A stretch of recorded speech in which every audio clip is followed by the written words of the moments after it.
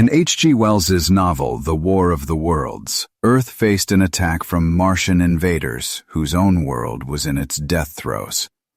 The aliens, equipped with devastating heat rays and immense walking war machines, rapidly turned cities to ash and came close to seizing the planet's major hubs. Despite humanity's resistance, the Martians quelled every effort, and it seemed our civilization was about to crumble. But then, the invasion suddenly halted. The invaders, for all their sophisticated science and powerful armaments, had a critical blind spot. They never anticipated an assault from Earth's most basic life forms: microbes. This single story spawned an entire literary genre and has served as the inspiration for countless science fiction movies, including titles like Earth versus the Flying Saucers and Independence Day. Yet, the way extraterrestrials are depicted in such works often makes most scientists shudder. In cinema, aliens are frequently portrayed with human-like values and feelings.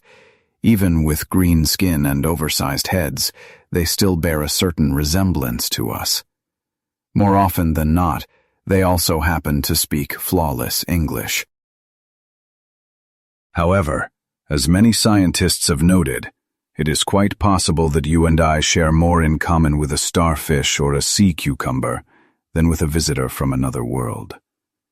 When we imagine a silicon-based intelligence or even a planetary consciousness, it would likely exhibit the same core traits defined by our theory of space-time: the capacity to build a mental model of its environment and calculate its future evolution to accomplish a set goal.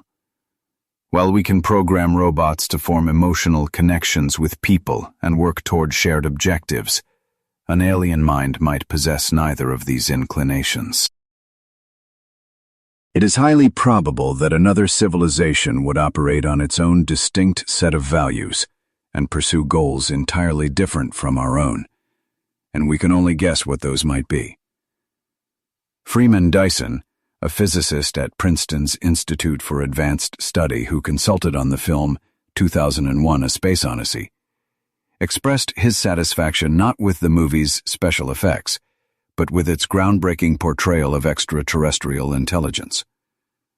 For the first time in a major film, aliens were shown to have desires, aims, and motives that were utterly unlike anything human.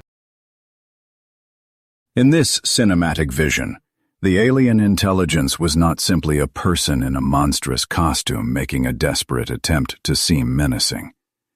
Instead, it was presented as something fundamentally perpendicular to human experience, something genuinely alien. In 2001, the celebrated cosmologist Stephen Hawking introduced another vital consideration, warning that humanity must get ready for a potential alien invasion. He argued that if we are ever to meet an extraterrestrial civilization, it would almost certainly be far more advanced, and could therefore present a lethal danger to our very survival. You only need to look at the fate of the Aztecs following their first contact with Hernán Cortés and his conquistadors to understand the risk. In 1521, a small group of adventurers armed with iron swords, gunpowder, and horses, all technologies unknown to the Bronze Age civilization, managed to dismantle the ancient Aztec Empire in just a few months. This historical example compels us to consider what an alien intelligence might truly be like, how its thought processes could diverge from ours, and what it might ultimately want. These are far from being merely theoretical questions, particularly when you consider the incredible advancements being made in astrophysics. There is a real possibility that we could encounter representatives of an extraterrestrial civilization within the next several decades, and our response to that meeting will significantly shape the future of our species. Such an encounter could prove to be one of the most defining moments in the entire history of human civilization. This historic day is being brought closer by a number of recent discoveries. In 2011, the Kepler Space Telescope gave astronomers their first solid data on planets within our galaxy, revealing, after analyzing light from thousands of stars, that about 1 in 5 of them could harbor an Earth-like planet.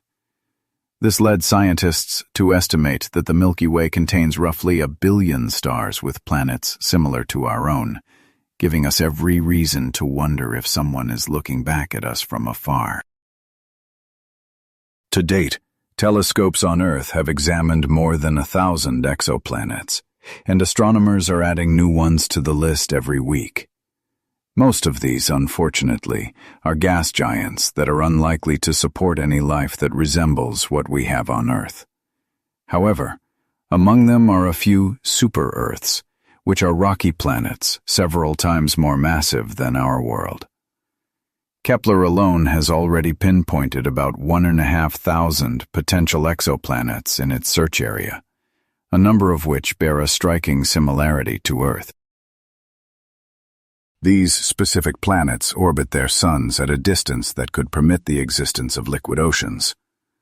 Water is considered the universal solvent, capable of dissolving most organic substances like DNA and proteins, making it a key ingredient for life as we know it. In 2013, scientists at NASA revealed Kepler's most stunning find yet: 2 exoplanets that could almost be considered Earth's twins. These worlds, situated 1,200 light-years away in the constellation Lyra, are just 60% and 40% larger than Earth and, most importantly, reside within the habitable zone. Of all the planets that had been studied up to that point, these 2 remain the most similar to our own, and they may even have liquid oceans. The Hubble Space Telescope later gave us an estimate for the total number of galaxies in the visible universe: 100 billion. From this, we can extrapolate the number of Earth-like planets across the cosmos: 1 billion multiplied by 100 billion, which equals 100 quintillion. Given that the universe is approximately 13.8 billion years old, the chances for life existing elsewhere are astronomically high. It would almost be a miracle if no other advanced civilizations were out there. The development of radio telescopes is constantly progressing, allowing our search for extraterrestrial civilizations to expand. While only a handful of nearby star systems have been scanned for signs of intelligent life so far, that number is projected to increase by a factor of 1 million. This effort to listen for alien signals using radio telescopes began back in the 1960s, when astronomer Frank Drake launched Project Ozma, named in honor of the Queen from the Land of Oz. An early effort to find signals from extraterrestrial civilizations, which used a 25-meter radio telescope, unfortunately yielded no results. A far more ambitious venture, Project Cyclops, was put forward in 1971, proposing a massive network of 1,500 radio telescopes with a price tag of $10 billion. As you might expect, Congress rejected this idea, opting instead to fund a considerably more modest initiative.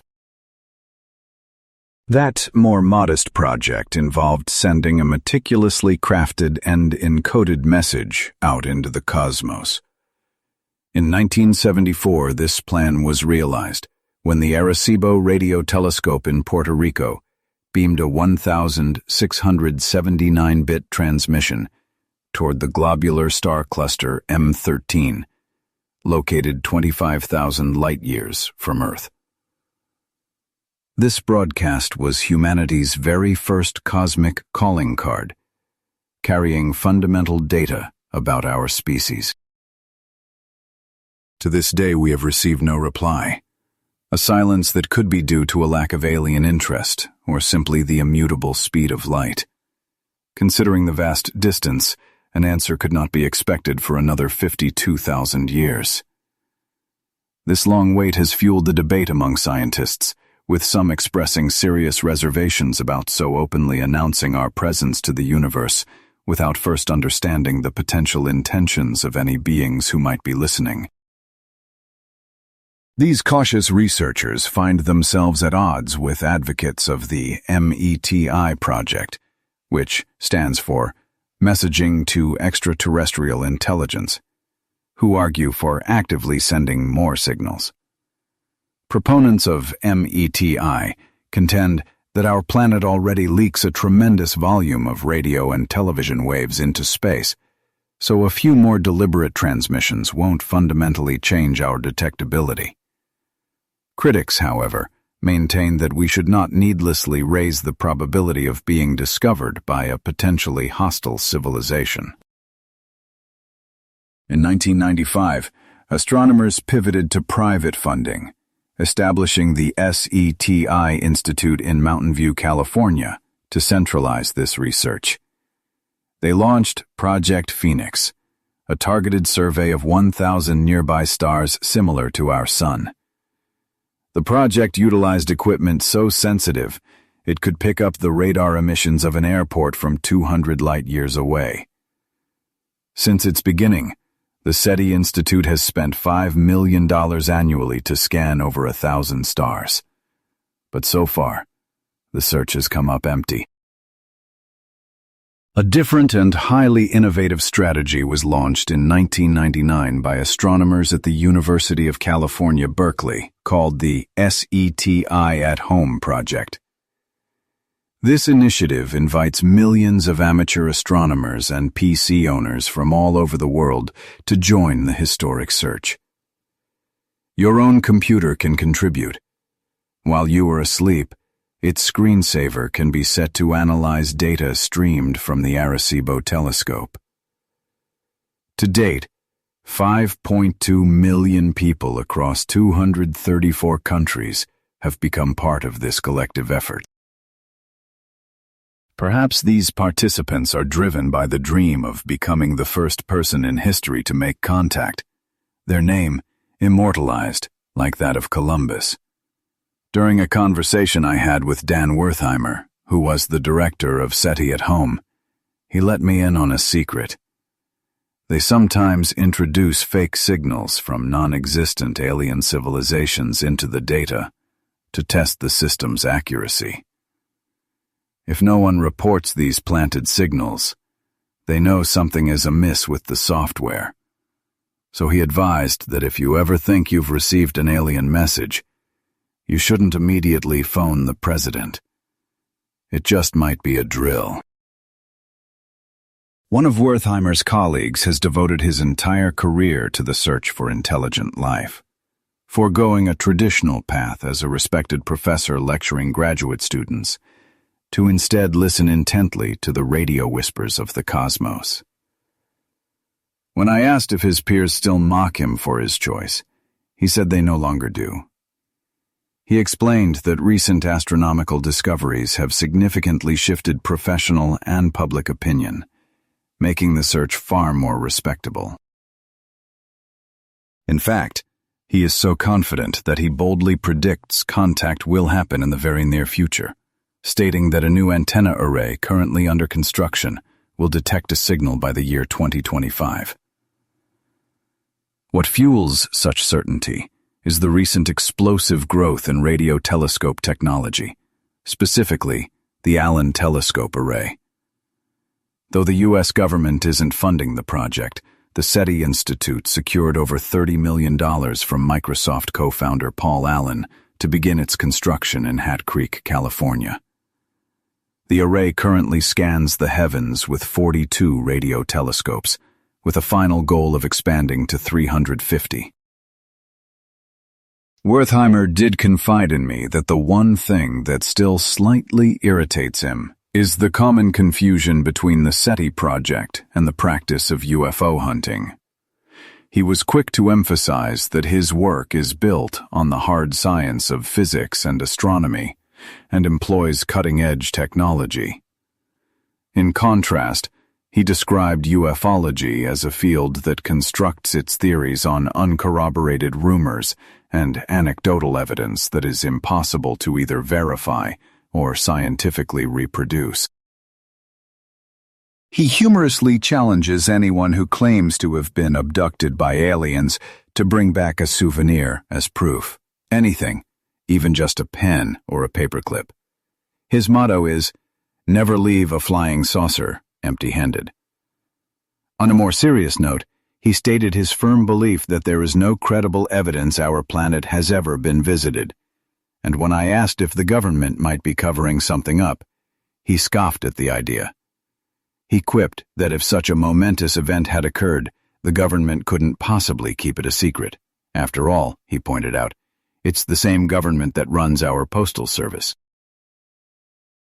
When I pressed Dr. Wertheimer on the source of his unwavering optimism in extraterrestrial life, he simply said that the numbers are on his side. He pointed back to 1961, when astronomer Frank Drake first developed an equation to estimate the number of technologically advanced civilizations in our galaxy. Based on a series of reasonable assumptions, Drake calculated there could be 10,000 such civilizations, while the famed astronomer Carl Sagan, using a different set of assumptions, arrived at an even more staggering estimate of 1 million. Our calculations regarding advanced civilizations in the galaxy have grown significantly more refined over time.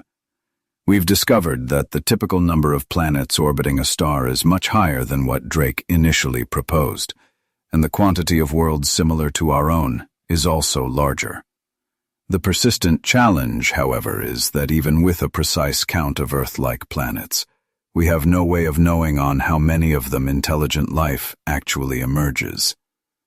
Here on our own world, it required 4.5 billion years for intelligent beings to appear, despite life itself existing for at least 3.5 billion of those years, which creates an incredibly narrow window for potential detection. This brings us to a profound question at the heart of the search for extraterrestrial life.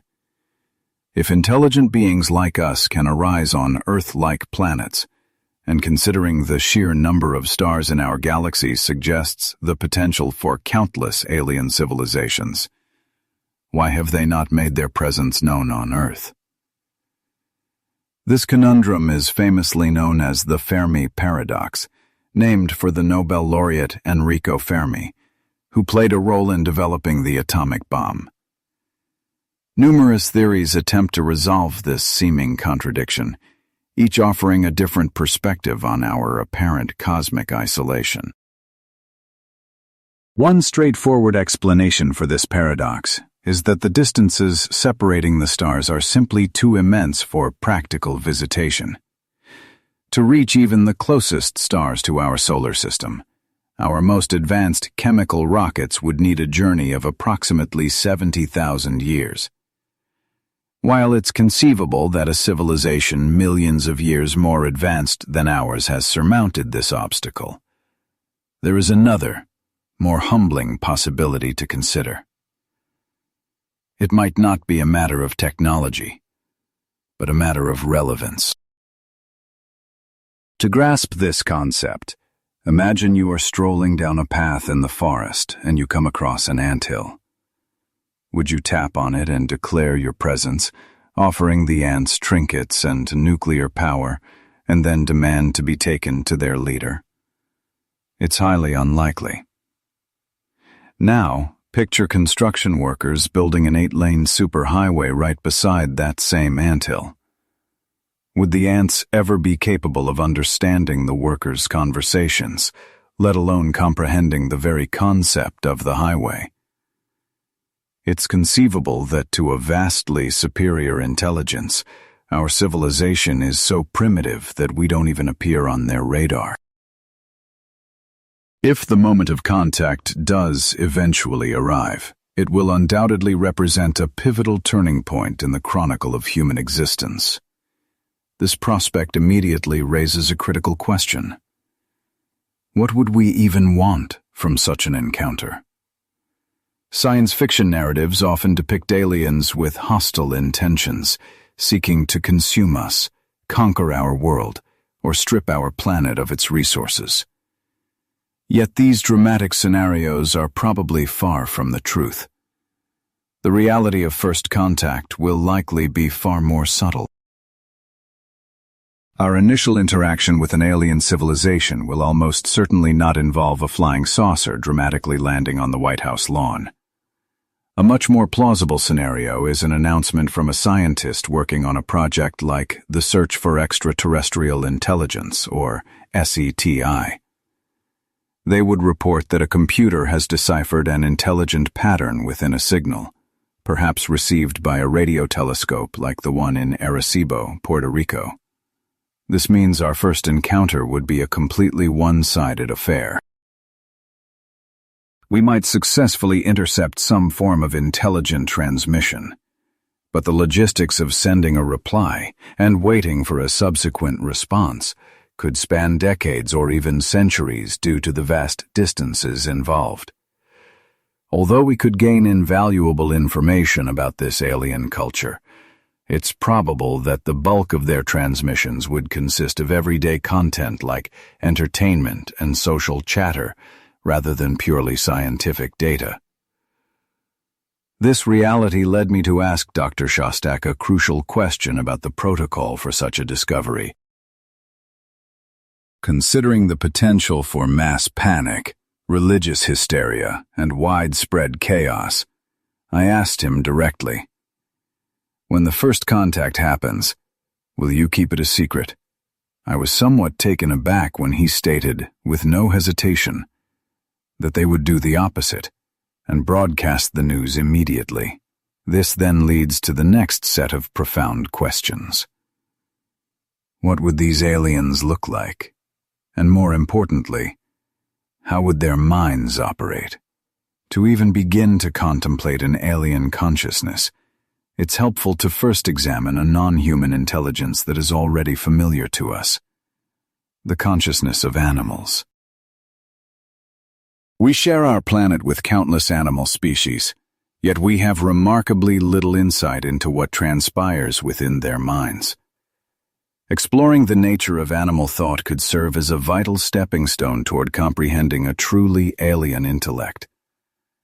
The question of whether animals think, and what they might think about, has perplexed some of humanity's greatest minds for thousands of years.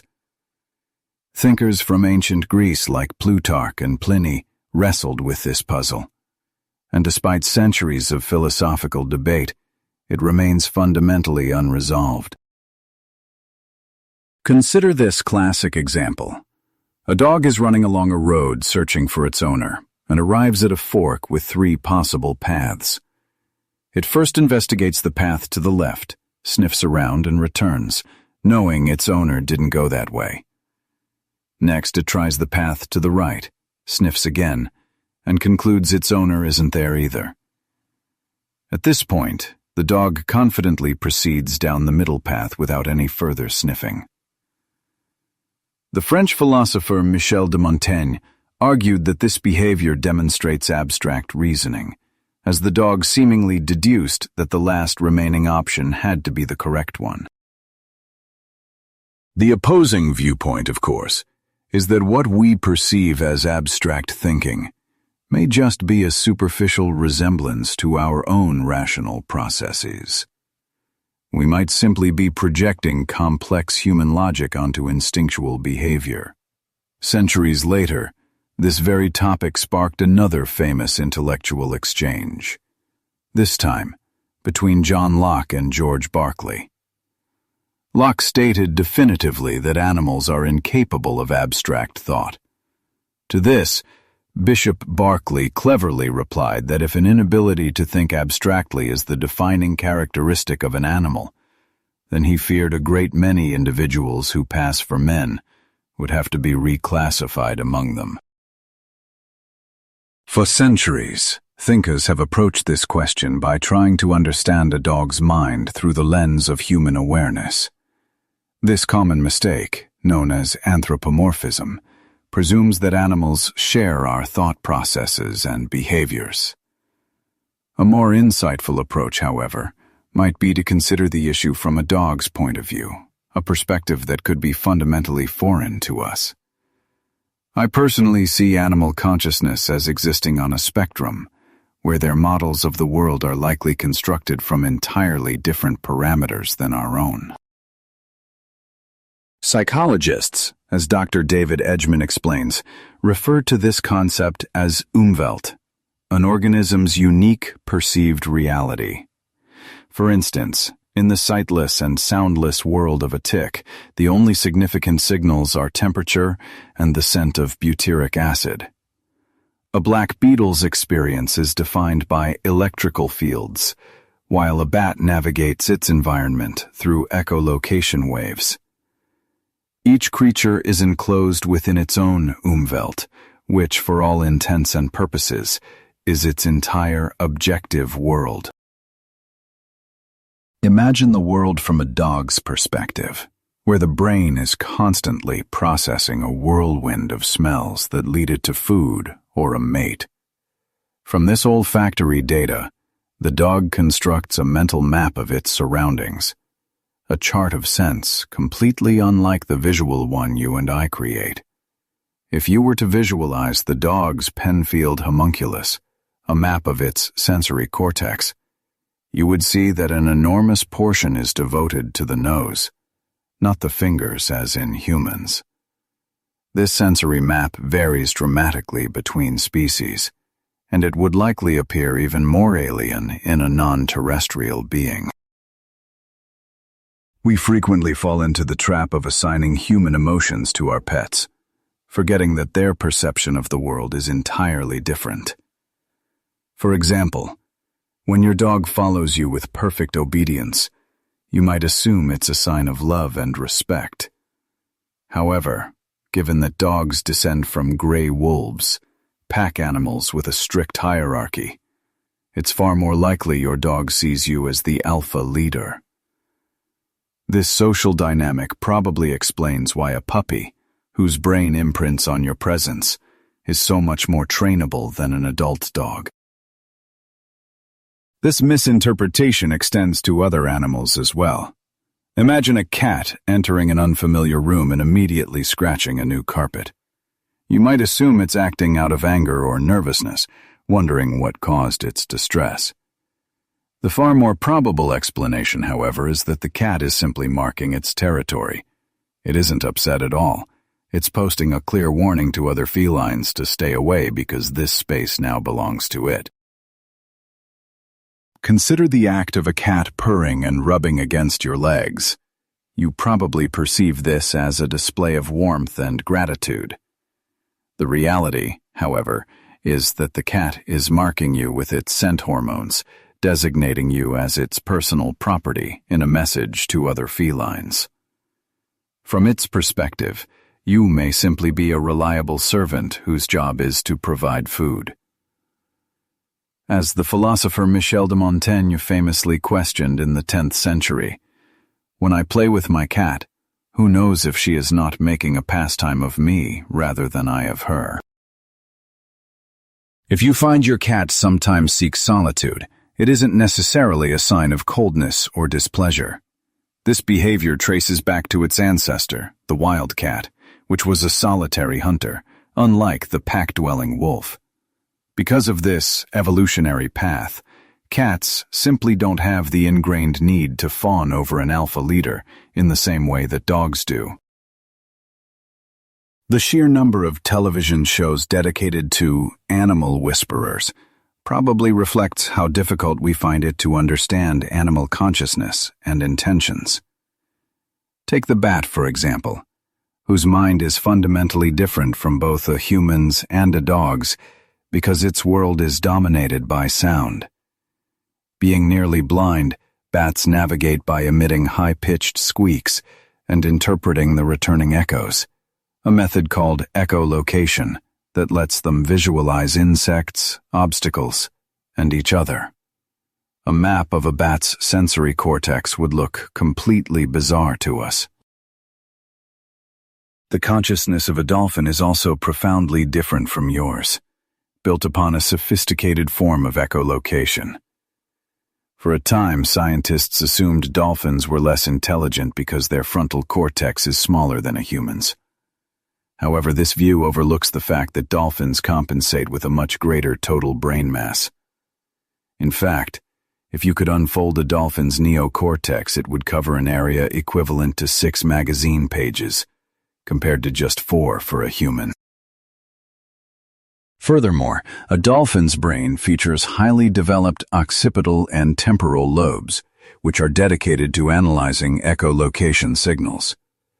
This complex cognitive architecture likely contributes to their ability to recognize themselves in a mirror, a feat few animals can accomplish. The stark differences in our brain structures are rooted in an evolutionary divergence that occurred about 95 million years ago.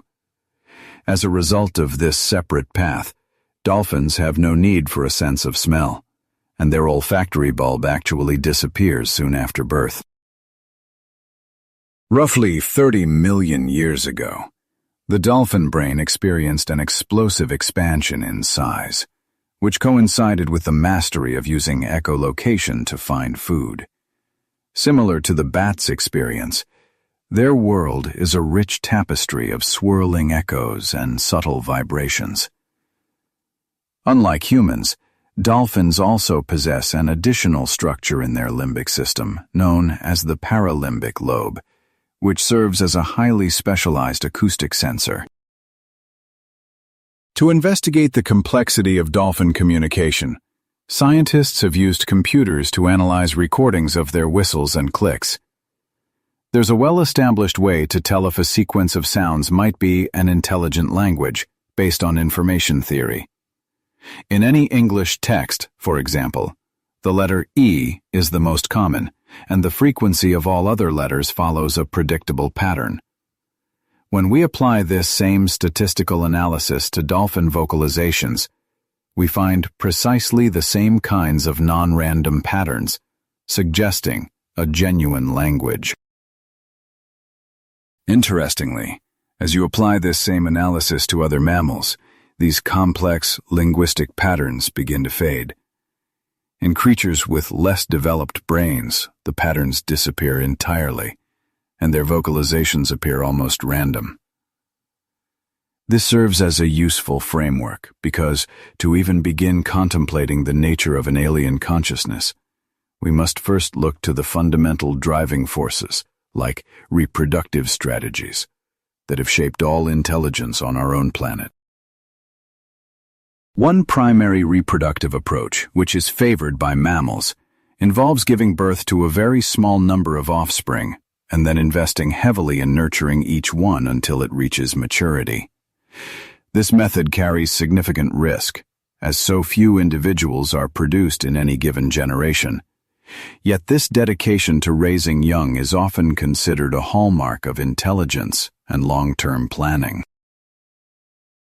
In stark contrast, you can find a far more ancient survival tactic used throughout the plant and animal kingdoms by insects, reptiles, and the vast majority of life on Earth. This alternative strategy consists of creating an enormous quantity of eggs or seeds and simply abandoning them to their fate, without any form of parental involvement. The overwhelming majority of these offspring will never be born, much less reach adulthood, ensuring that the next generation is composed exclusively of the most resilient survivors, a process where the continuation of the species relies purely on the laws of statistics. These two reproductive blueprints foster profoundly different perspectives on life and intelligence. The first approach cherishes every single individual, emphasizing concepts like love, nurturing, affection, and emotional attachment. For this strategy to succeed, parents must pour a tremendous amount of energy into the protection and upbringing of their young. Conversely, the second strategy channels all available energy away from the individual and directs it solely toward the survival of the species or the collective group, a context in which individuality has absolutely no value. Furthermore, the choice of reproductive strategy carries deep implications for the development of intelligence. When two ants encounter one another, for instance, they convey a very restricted amount of information through chemical signals and physical gestures. While the data they exchange is minimal, These ants can collaboratively construct elaborate networks of tunnels and chambers. Likewise, bees, whose communication is limited to a form of dance, can collectively engineer complex hives and locate distant fields of flowers. It appears their intelligence is not so much an individual trait as it is an emergent property of the entire colony's interaction with its shared genetic programming. Now, I want you to consider an alien civilization founded on that second survival model. A species that resembles a race of intelligent bees. In such a society, a worker drone sent out on its daily duties would hold no special worth and would be seen as entirely replaceable. These workers are sterile. Their existence is dedicated to the singular purpose of serving the hive and its queen. And they are prepared to sacrifice themselves without a moment's hesitation. The emotional bonds that are so fundamental to mammals would be completely meaningless to them. This fundamental difference in values could hypothetically shape the very nature of such a civilization's space program. We place an immense value on the life of every astronaut, dedicating enormous resources to guarantee their safe return from space. A substantial portion of the budget for any human space mission is allocated to life support systems, ensuring that crew members can come home and survive the harsh conditions of atmospheric re-entry. For a civilization of intelligent bees, however, the life of a single worker would not be considered particularly precious, which would make their space exploration initiatives significantly less expensive. Their travelers would have no need to return. Every mission would be a one-way journey, leading to immense savings. Imagine you were to meet an alien visitor who was, for all intents and purposes, a kind of bee. Typically, if you come across a bee in the woods, it will pay you no mind unless you pose a direct threat to it or its hive. To that bee, you practically don't exist. In the same way, an alien bee would probably have no incentive to make contact with us or to share its knowledge. It would likely just continue performing its primary function, completely ignoring our presence. This means that our messages on interplanetary probes like Pioneer 10 and Pioneer 11, which carried plaques detailing our world and society and celebrated the diversity of life on Earth, were sent with a specific assumption. We believed that other intelligent species would be similar to us, inquisitive and open to contact. Yet, to an alien worker bee, such a plaque would almost certainly be overlooked. A drone in that kind of civilization doesn't require high intelligence. It only needs enough to serve the hive, and nothing beyond that. Consequently, if we aimed to send a message to a planet of intelligent bees, the intended recipient, even if it got the message, would probably just ignore it.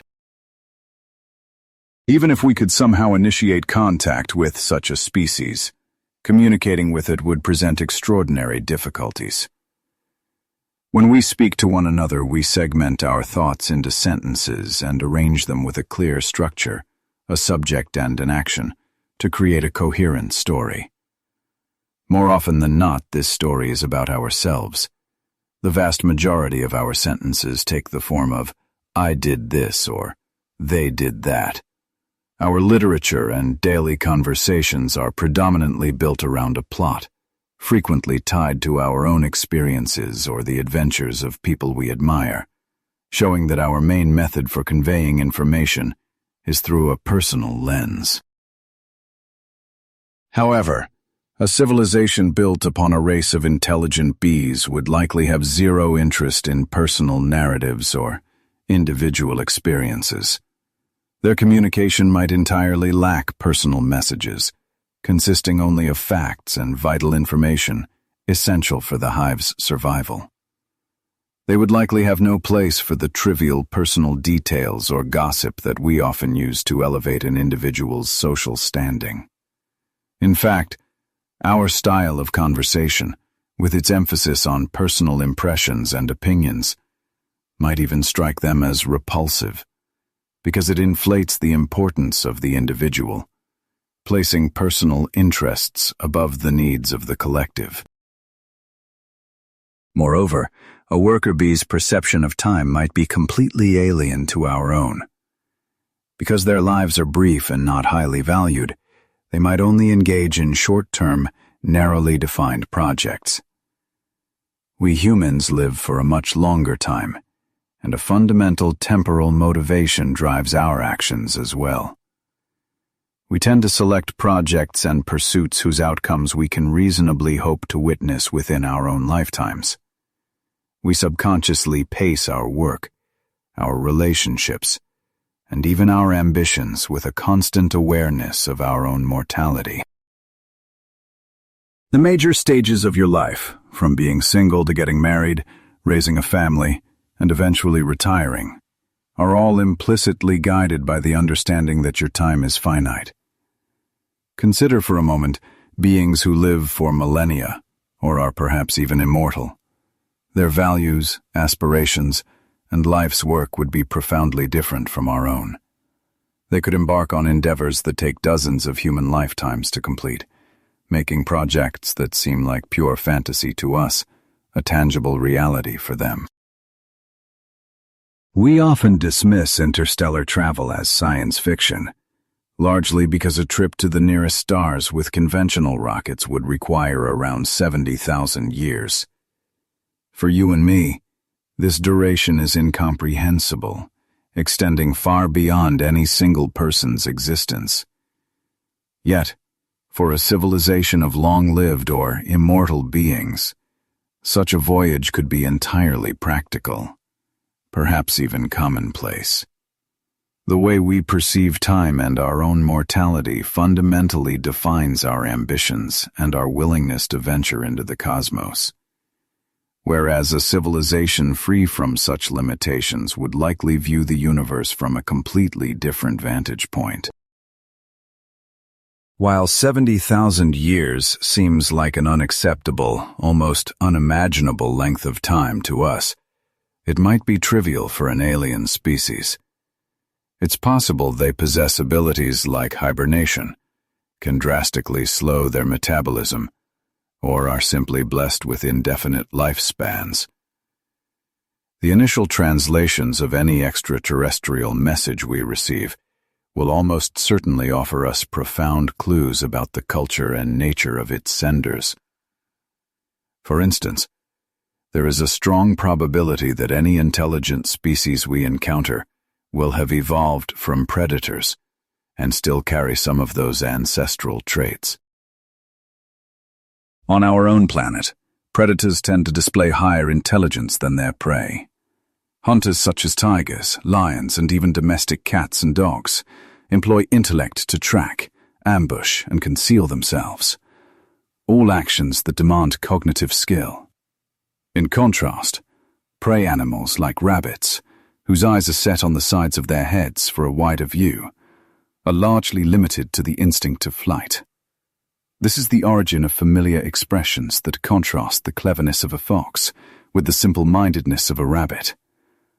It's plausible that an advanced alien race has moved beyond many of its ancient predatory instincts, but it's just as likely that vestiges of that mindset, like territoriality, a drive for expansion, and aggression, remain. Our own intelligence today is the product of at least 3 critical evolutionary factors. We have opposable thumbs, which give us the ability to use tools and reshape our environment. We also possess stereoscopic vision, the 3-dimensional depth perception of a hunter.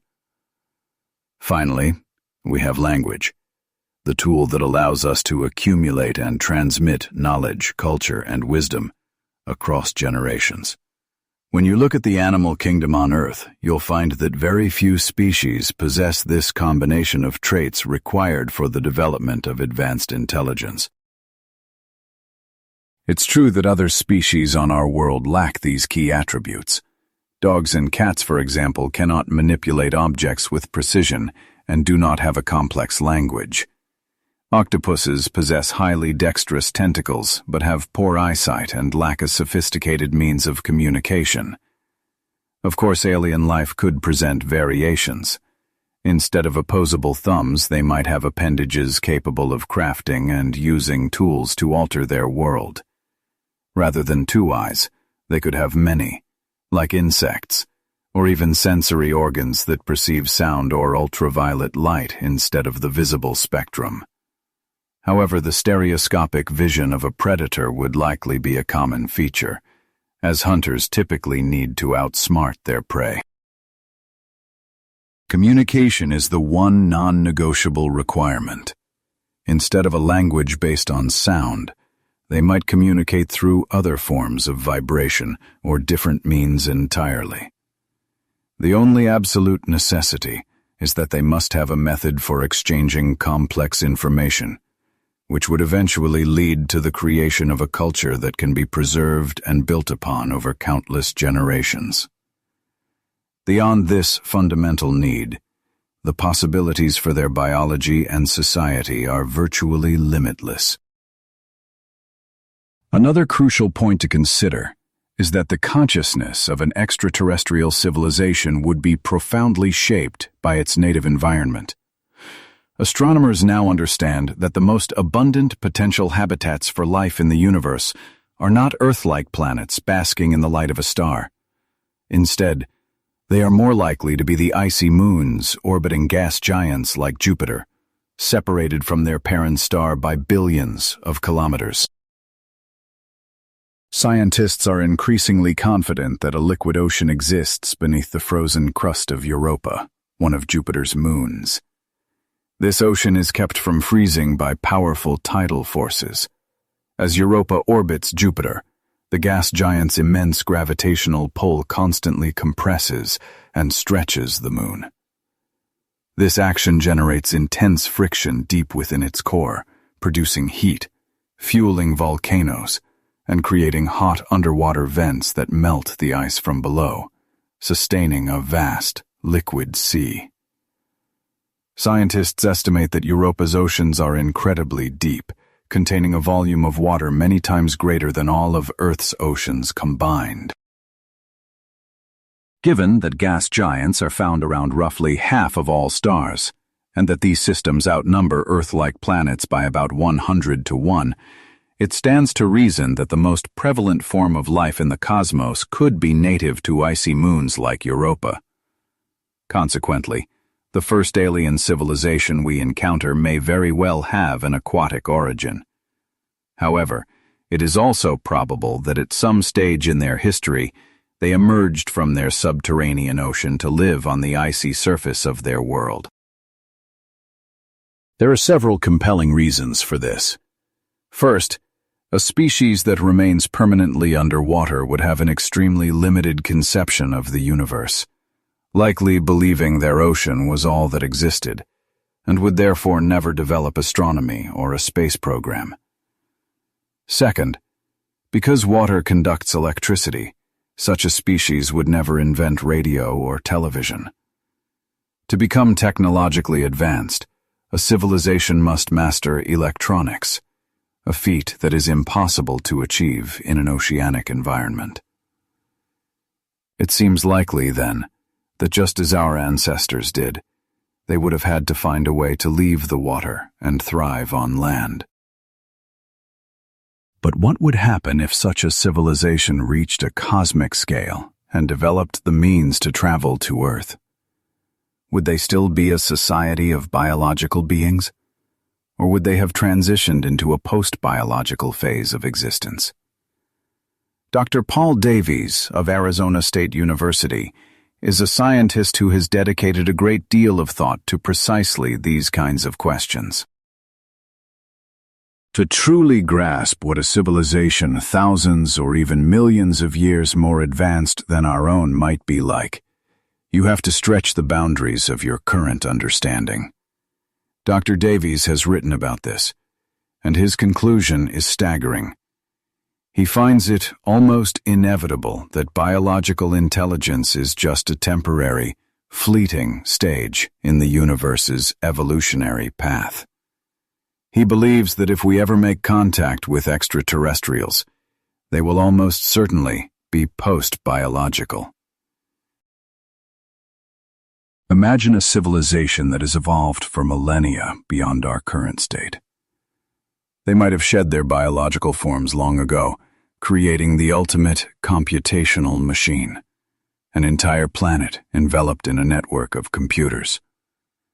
Dr. Davies posits that it requires little imagination to see a world's whole surface transformed into a single, integrated processing unit.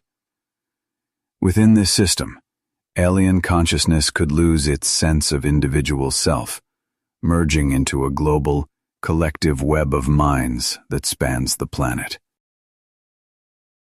Dr. Davies argues that a powerful computer network operating without a concept of self would hold immense advantages over human intellect. Such a system could process information free from the constraints of individual consciousness, which often impedes progress. For the sake of peak efficiency and computational power, he suggests, the members of such an advanced society would likely abandon their personal identities and dissolve into this unified consciousness.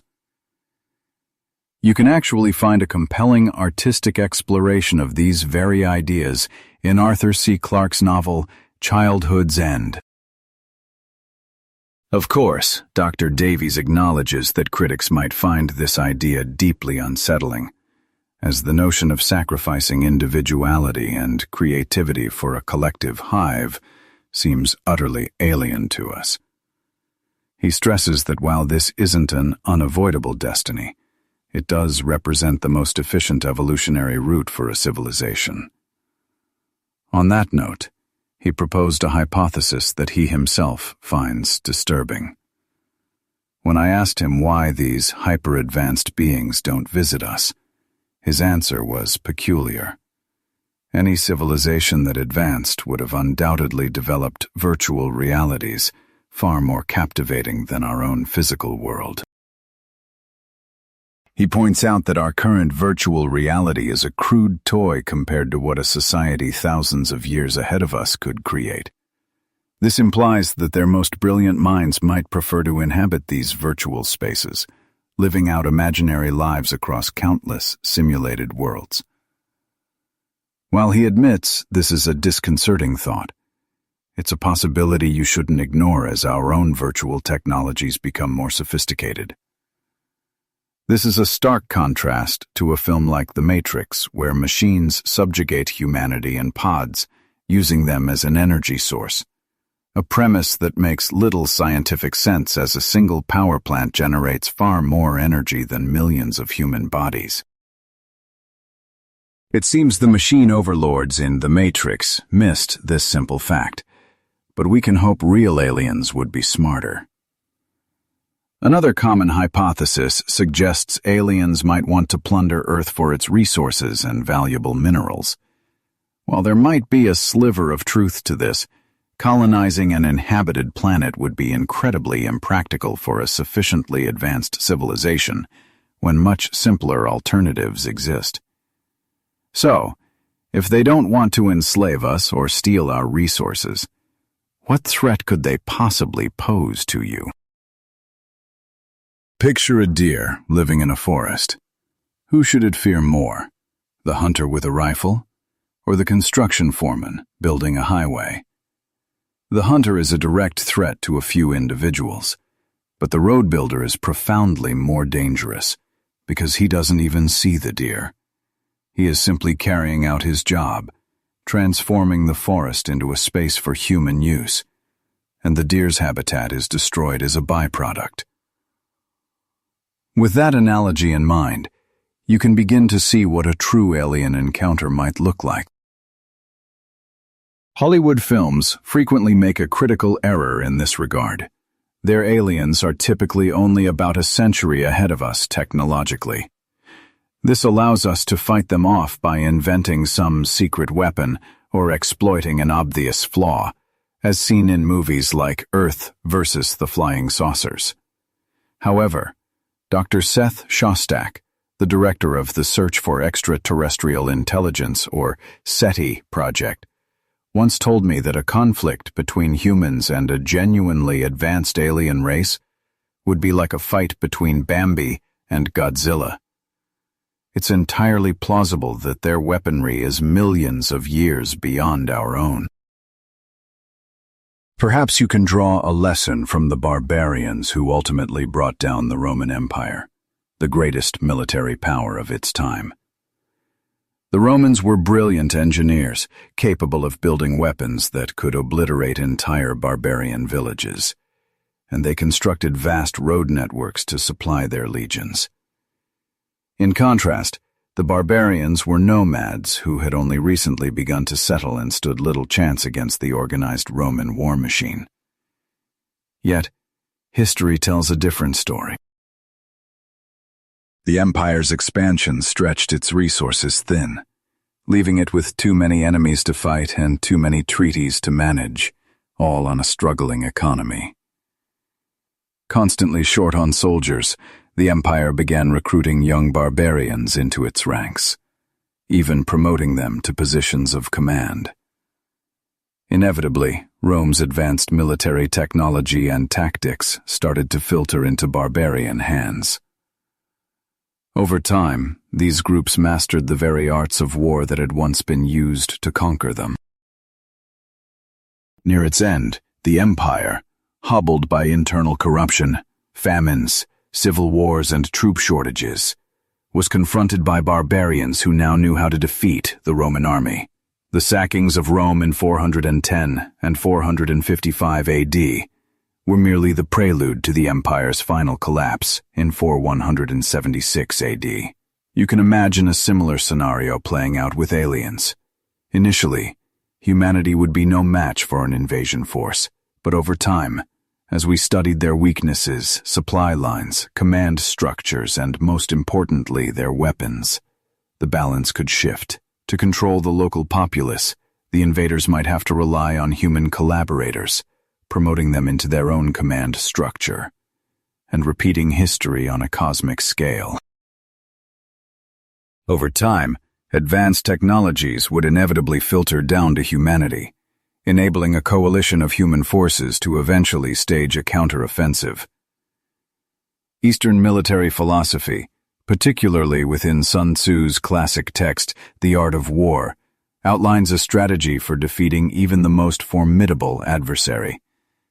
You entice them into your own territory, and once their forces are overextended on unfamiliar ground, you attack their most vulnerable points. This mirrors a core tenet of judo, where you harness an attacker's own energy by allowing their advance and then using their momentum to unbalance them. The greater their size, the more impactful their fall. Applying this logic to a conflict with a vastly superior alien force suggests that our only hope for victory would be to permit the enemy onto our soil. This would allow us to analyze their weaponry and tactical secrets, ultimately turning that knowledge against them. Therefore, while a powerful alien army might not be repelled outright, it could be compelled to withdraw if a quick victory proves elusive and a prolonged war becomes prohibitively expensive. True success would be found in systematically denying the enemy any possibility of a decisive win. However, it is my belief that alien visitors would likely be benevolent and, for the most part, unconcerned with us, as we possess nothing they would need.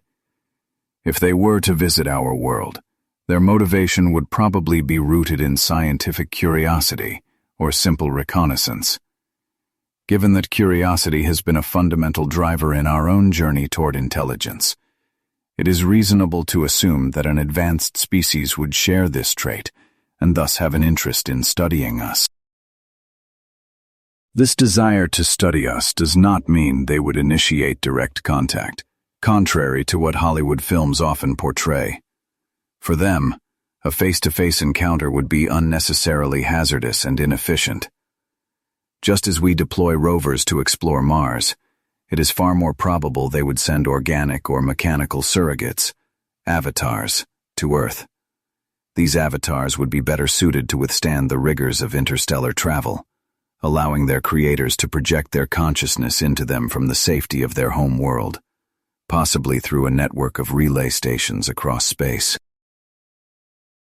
Consequently, the alien beings you might witness on the White House lawn could be completely different in appearance from their creators, who would remain light years away. An even more plausible scenario involves them sending robotic probes to our moon, a location chosen for its geological stability and freedom from erosive forces. These probes would be designed to be self-replicating. Upon arrival, one would construct a factory to manufacture 1,000 copies of itself.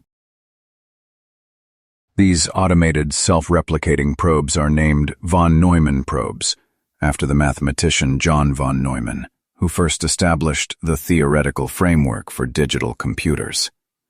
He was the pioneering mathematician to seriously explore the concept of creating machines capable of making duplicates of themselves.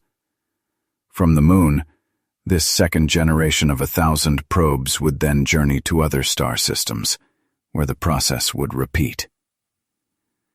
Each of these new probes would disperse, build its own factory, and expand the total number to 1,000,000. What began with a single probe would rapidly multiply into 1,000, then 1,000,000, and then 1,000,000,000. Within just 5 generations of replication, their population would surge to 1,000,000,000,000 probes. Soon an immense sphere composed of trillions upon trillions of robots would expand outward at nearly the speed of light. Following this model, an entire galaxy could be effectively colonized in only a few hundred years.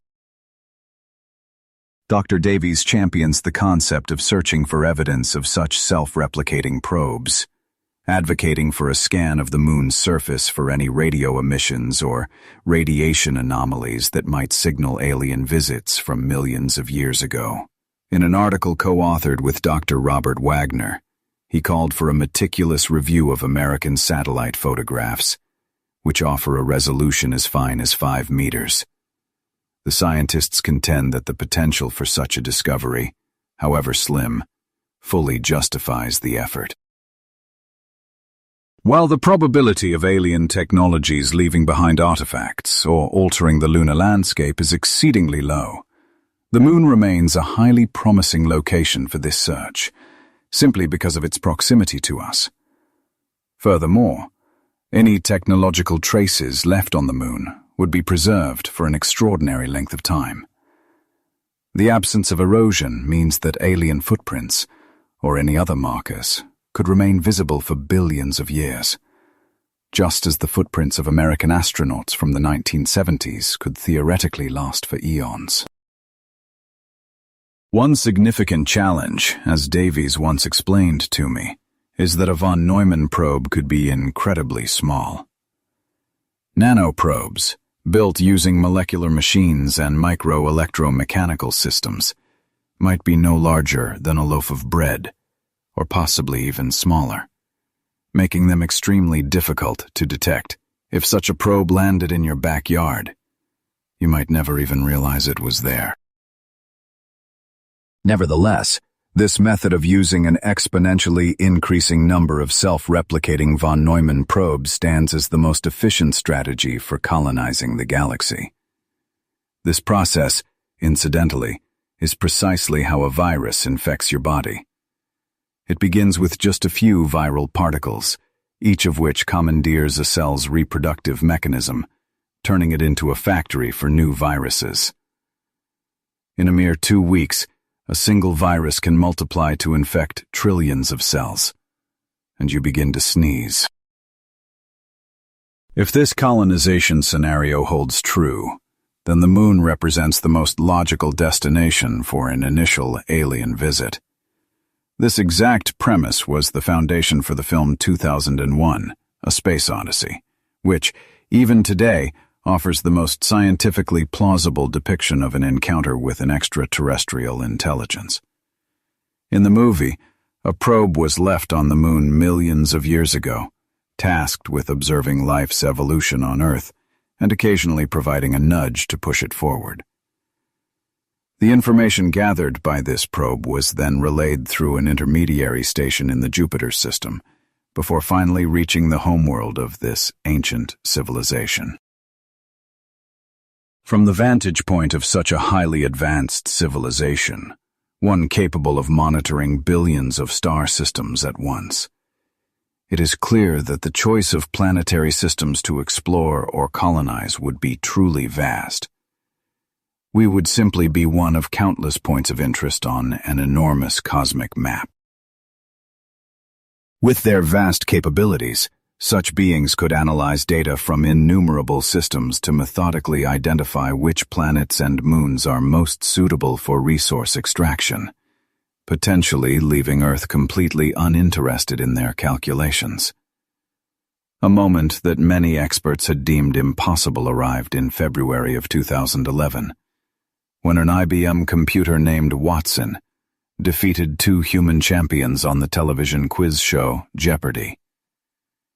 In front of millions of astonished viewers, Watson systematically outmaneuvered its human rivals on national television, correctly answering questions that left them stumped, and ultimately claiming the $1 million prize.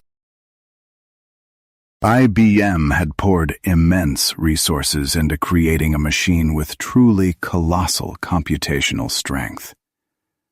Watson was capable of processing information at the incredible rate of 500 gigabytes per second, which is like reading 1 million books every second. And it was equipped with 16 terabytes of random access memory. Furthermore, its memory held a repository of 200 million pages of reference data, including the entirety of Wikipedia, allowing it to sift through this immense volume of information in real time. At its core, Watson is simply the latest evolution of what are known as expert systems, computer programs designed to use formal logic to navigate vast stores of specialized knowledge. In fact, every time you call a customer service line and follow the prompts of an automated menu, you are interacting with a very basic form of an expert system. Unquestionably, these systems will only grow more sophisticated, making our lives progressively easier and more streamlined. Engineers are already developing a doctor bot designed to appear on your smartwatch screen or a large wall display to offer medical consultations with 99% accuracy for almost no cost. You would just need to describe your symptoms, and it would immediately cross-reference your condition with the databases of the world's foremost medical institutions, making routine checkups completely effortless. In time, we might even have bots that can resolve any standard legal question, which would be more than adequate for handling most everyday inquiries. In a related field, scientists have also engineered so-called chatbots, which are designed to simulate casual conversation.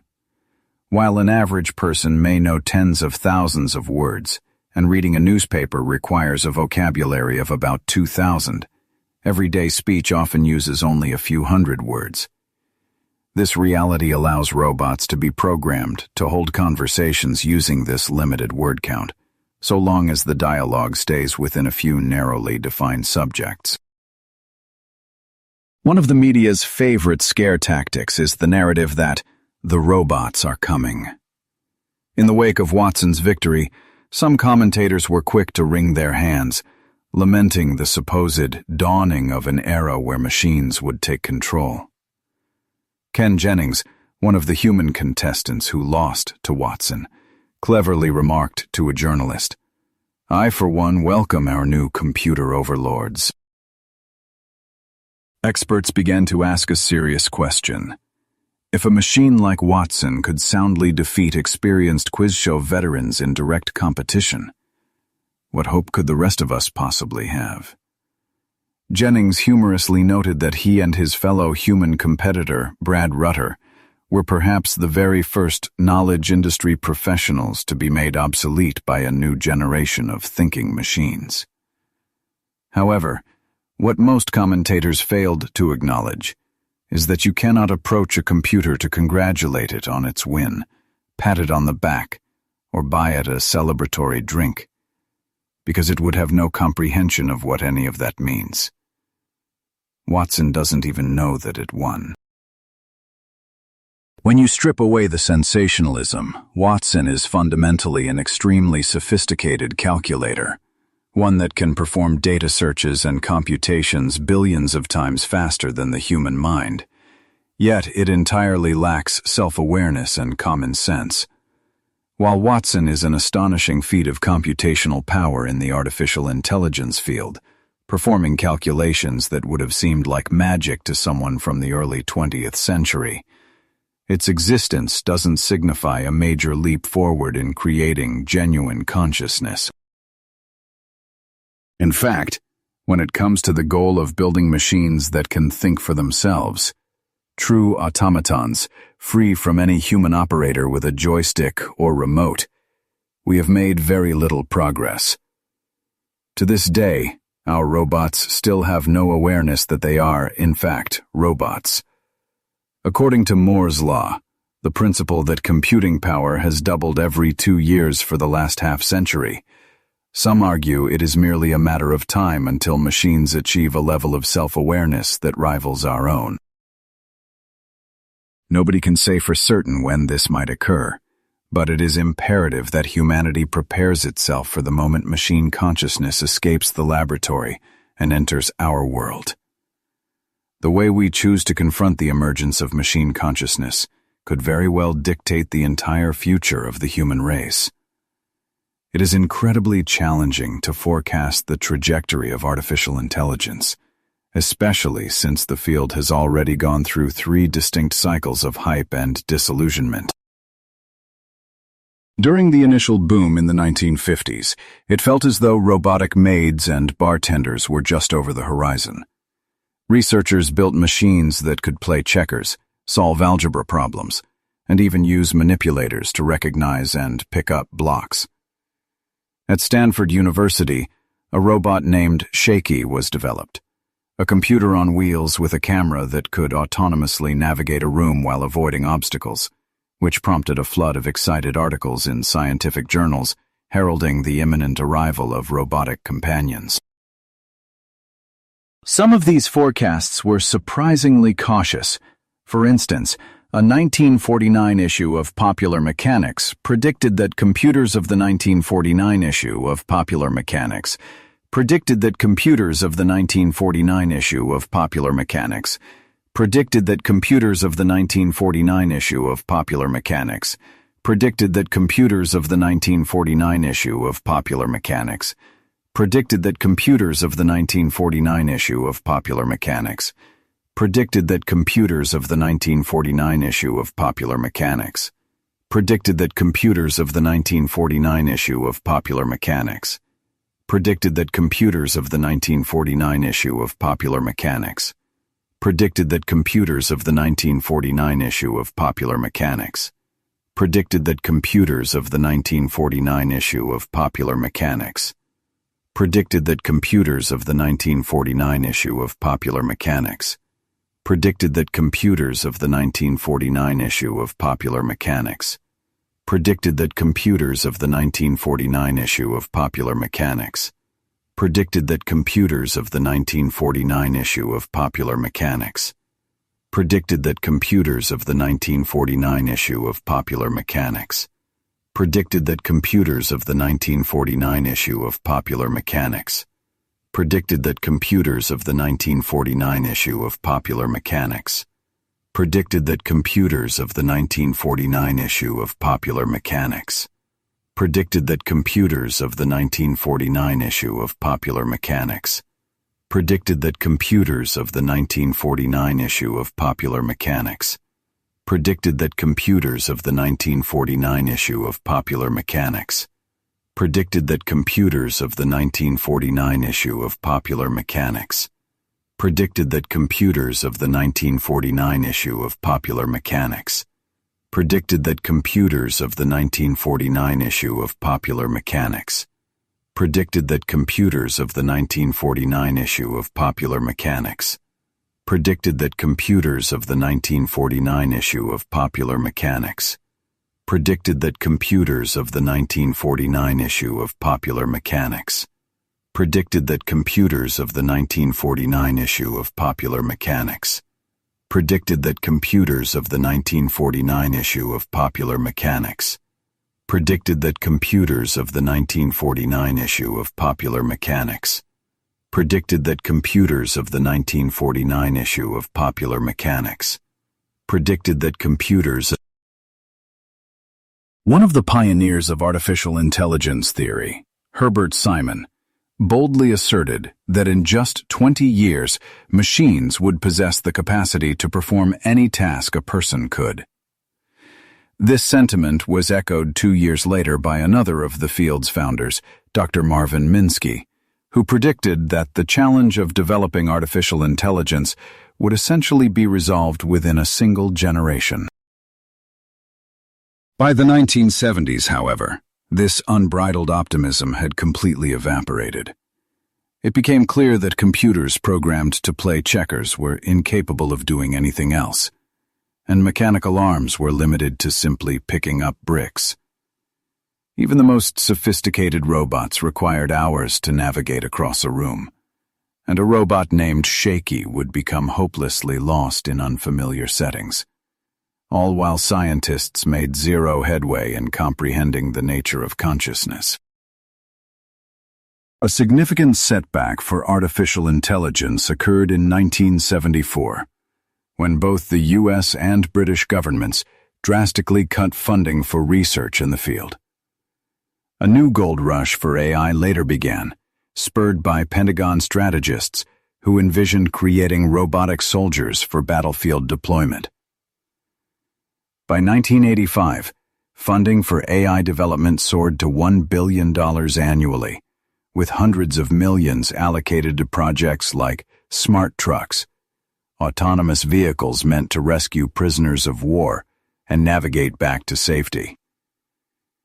In reality, the only thing these vehicles excelled at was getting lost. The spectacular failures of such costly initiatives triggered yet another period of disillusionment with artificial intelligence in the 1990s. Today, it appears we are in the midst of an AI renaissance, marked by slow, yet tangible advancements. In 1997, the computer Deep Blue triumphed over world chess champion Garry Kasparov, and self-driving cars are now becoming a reality. With new breakthroughs on the horizon, the pressing question remains: will this third attempt be the one that finally succeeds? Scientists now grasp that they profoundly misjudged the scale of the problem, largely because the majority of human thought operates at a subconscious level. The thoughts you are consciously aware of represent merely a tiny fraction of your overall mental activity. A robot is unable to clear a table or execute other simple commands because the seemingly minor hurdles involved, like pattern recognition, rational reasoning, and limb control, are still immense, unsolved engineering challenges. Hollywood movies might lead you to believe that menacing Terminators are just around the corner. But the reality is that creating genuine artificial intelligence is a far more intricate task than anyone initially imagined. I once posed a question to a scientist, asking when machines might finally equal or even exceed human intelligence. He replied with certainty that it was an inevitable outcome, but wisely refused to speculate on a specific time frame. Considering the turbulent past of artificial intelligence, This is likely the most prudent stance. We can project its future, but we should do so without attaching firm dates. Developers of artificial intelligence face at least two colossal fundamental problems: pattern recognition and common sense. Even our most advanced robots have trouble identifying simple objects, such as a cup or a ball. If you were to place a robot on a bustling, unfamiliar street, it would rapidly become disoriented and lost. While a robot's eye can perceive details with greater precision than a human's, its brain cannot make sense of what it is seeing. Consequently, progress in pattern recognition, the core ability to identify objects, has been far slower than anticipated.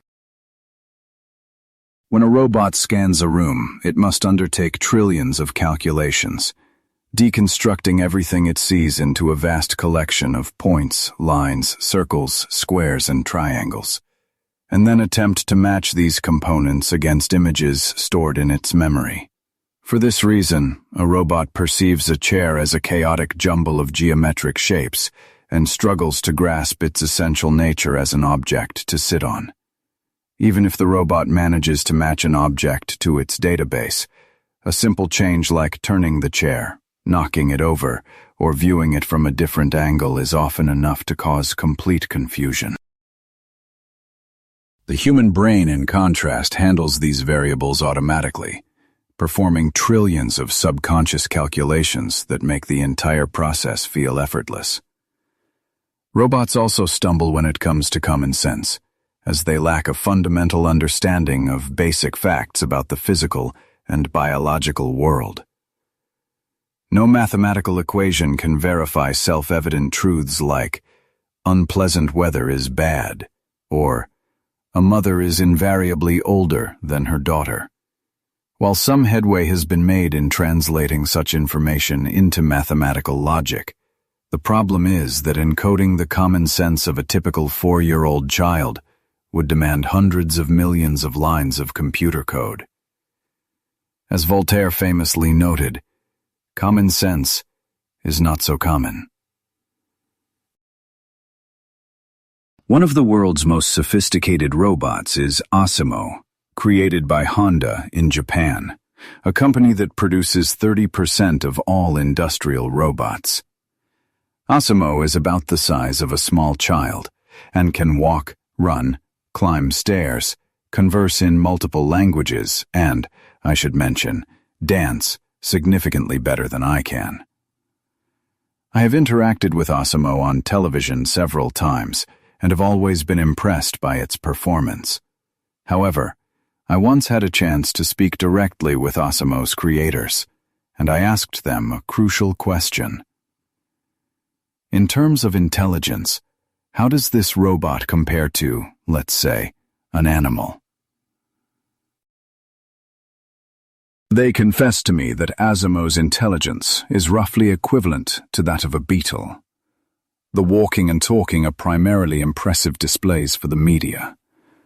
At its core, Asimo is a highly advanced marionette, possessing only a very limited set of truly autonomous capabilities. Nearly every sound and motion has to be painstakingly programmed by its handlers beforehand. To give you an idea, it took a full team of assistants about 3 hours to film a brief segment of me interacting with Asimo, simply because every single gesture and movement had to be individually coded. When you weigh all of this against our definition of human consciousness, it becomes evident that today's robots remain at a very primitive stage. They have not yet achieved the ability to master basic facts about the world, which prevents them from being able to model the future.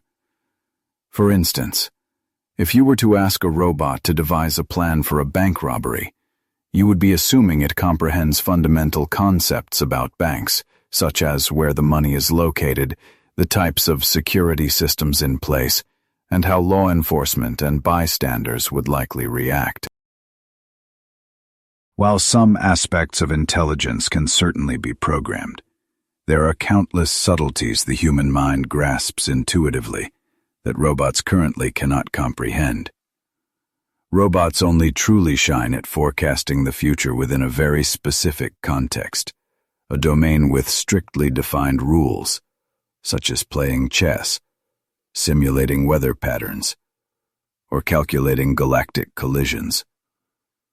Because the principles of chess and the laws of gravity have been understood for centuries, creating a successful model of a game or a solar system is merely a question of available processing power and time. There have been attempts to surmount this obstacle through sheer computational force.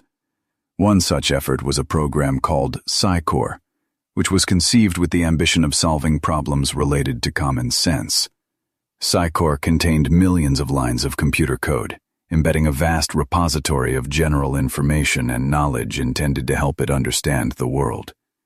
Yet, even with the ability to parse hundreds of thousands of facts and millions of declarations, the creators of PsyCore found little meaningful success, as the development of common sense, at its core the recognition of objects, proved to be far slower than anyone anticipated. After several waves of early optimism, work on the project effectively ground to a halt. Numerous programmers departed, and every deadline was missed, though the project itself technically remains active. So where did the thinking go astray? For the last 50 years, researchers in artificial intelligence have largely attempted to model the brain by drawing analogies to digital computers. But it's possible this entire premise is a gross oversimplification. As Joseph Campbell once noted, computers resemble Old Testament gods, filled with rules but devoid of mercy. If you were to take out even one transistor from a Pentium chip, the computer would cease to function instantly. The human brain, in stark contrast, can continue to operate surprisingly well even after losing half of its mass. This highlights the reality that the brain is not a digital computer at all, but rather a neural network of extraordinary complexity. A digital computer operates on a fixed architecture of input, processor, and output, whereas a neural network is composed of neurons that continuously reconfigure and reinforce their connections each time a new task is learned. Your brain operates without any software, lacks an operating system, and has no central processing unit. Instead, its neural networks function as a massively parallel system, with 100 billion neurons firing and working in concert simultaneously. This realization is causing artificial intelligence researchers to reevaluate the top-down methodology they have favored for the past half-century, an approach perfectly exemplified by the attempt to hard-code all the rules of common sense into the PsyCore program. Now, many are carefully considering the inverse strategy, a bottom-up approach. This method involves emulating Mother Nature, who produced intelligent beings like us through an evolutionary process that began with simple creatures like worms or fish and gradually built toward greater complexity. Under this new paradigm, neural networks must learn on their own by making mistakes and overcoming challenges. Dr. Rodney Brooks, the former head of the renowned MIT Artificial Intelligence Lab and a co-founder of iRobot, the company behind those robotic vacuums now navigating many of our living rooms, championed a radically new way of thinking about AI. He proposed that instead of building massive, ungainly robots, we should create small, insect-like machines that learn to walk independently, just as they do in nature. He once explained to me his fascination with the flight of mosquitoes. With their tiny brains containing very few neurons, they can outmaneuver any robotic aircraft we can build. This inspired him to construct a series of beautifully simple robots at MIT, which were affectionately nicknamed Insectobots. These machines scurried around the lab, even running circles around the more conventional robots, all in pursuit of a single goal: to create robots that learn by the laws of nature through trial and error, in essence, learning to navigate by bumping into things.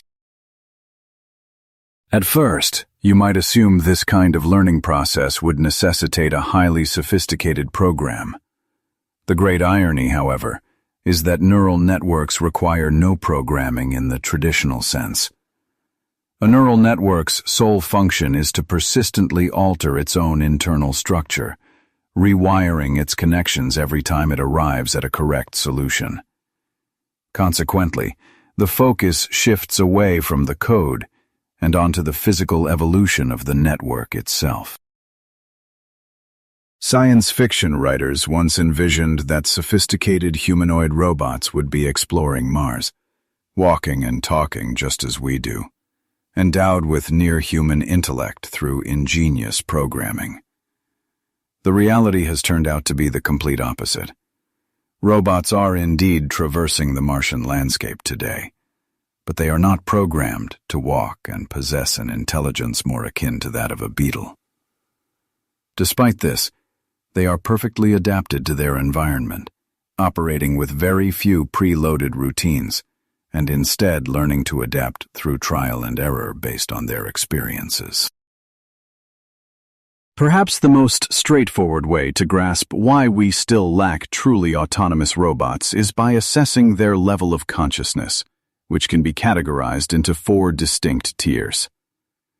Level 0 consciousness is characteristic of thermostats and plants, involving only a few simple feedback loops that respond to a limited set of parameters like temperature or sunlight. Level 1 describes mobile creatures with a central nervous system, such as insects and reptiles, which can build a model of their environment that incorporates the new parameter of their position in space. Consciousness at Level 2 involves creating a world model that includes social relationships with others of its kind, a step that requires the development of emotions. Finally, Level 3 consciousness is what defines us as humans. It incorporates an awareness of time and self, allows for the modeling of future events, and enables us to situate ourselves within those projections. Using this framework, we can pinpoint the level of today's robots. The very first generation of robots existed at Level 0, as they were completely static, built without wheels or legs for movement. Because they are mobile, these robots fall within this level, but they reside at the very bottom, navigating the real world only with immense difficulty. You can compare their consciousness to that of a worm or a sluggish insect. For scientists to create a machine with full-fledged Level 1 consciousness, they will need to build robots that can realistically simulate the awareness of insects and reptiles. Even these creatures possess abilities that robots have yet to master, such as quickly hiding, finding partners, locating food, and securing shelter in a forest, all while recognizing and escaping from predators. As I have already explained, the consciousness at each level can be assigned a numerical value based on its number of feedback loops.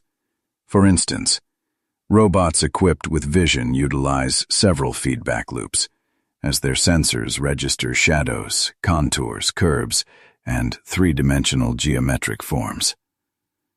Robots with auditory recognition can process accents, pauses, and similar nuances.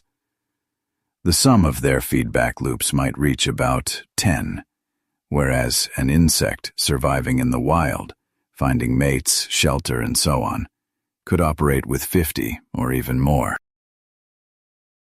To reach Level 2, robots will have to master modeling the world by factoring in relationships, specifically the spectrum of emotions and gestures that group members use for communication. By this measure, robots would possess a Level 2 consciousness with a value of 0. We can, however, be optimistic that the emotional robots currently under development in laboratories will soon elevate their standing. At present, robots perceive humans as little more than a collection of pixels moving across their sensor screens. Nevertheless, some artificial intelligence researchers have already started to build robots that can recognize emotions by analyzing facial expressions and vocal tones. This marks the initial step toward robots understanding that a human is not merely a random assortment of pixels, but a being that can experience various emotional states. Over the next few decades, robots will steadily advance within Level 2 consciousness, first matching the intelligence of a mouse, rat, or rabbit, and subsequently that of a cat. It is plausible that by the century's end they will achieve the intelligence of apes. At that stage, they will begin to establish their own goals, cultivate practical common sense, and acquire a theory of mind. They will gain the capacity to conduct intricate simulations of the future with themselves in the central role, thereby graduating to Level 3 consciousness. They will transcend the world of the present and begin to inhabit the world of the future, a feat that is, of course, many decades beyond the reach of any robot today. Simulating the future requires that you have a firm grasp of nature's laws and the principles of causality, possess common sense, and by extension, comprehend human intentions and motives. This is what allows you to predict how people will behave in the future. The numerical rating for Level 3 consciousness is derived by dividing the total count of causal relationships one can identify while modeling the future in different scenarios, by the average value achieved by a control group. Computers today are capable of performing limited modeling across a few parameters, such as the flow of air around a flying aircraft, or the structural behavior of a building during an earthquake. However, they are completely ill-equipped to model the future in complex human situations. Consequently, their level of consciousness can be rated as Level 3, with a value of 5.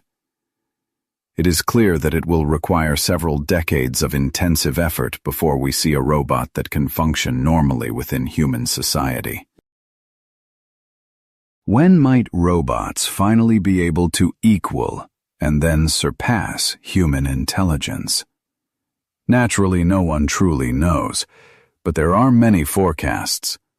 The majority of these predictions are founded on the premise that Moore's law will continue to hold for the foreseeable future. Yet Moore's law is not a law in any real sense.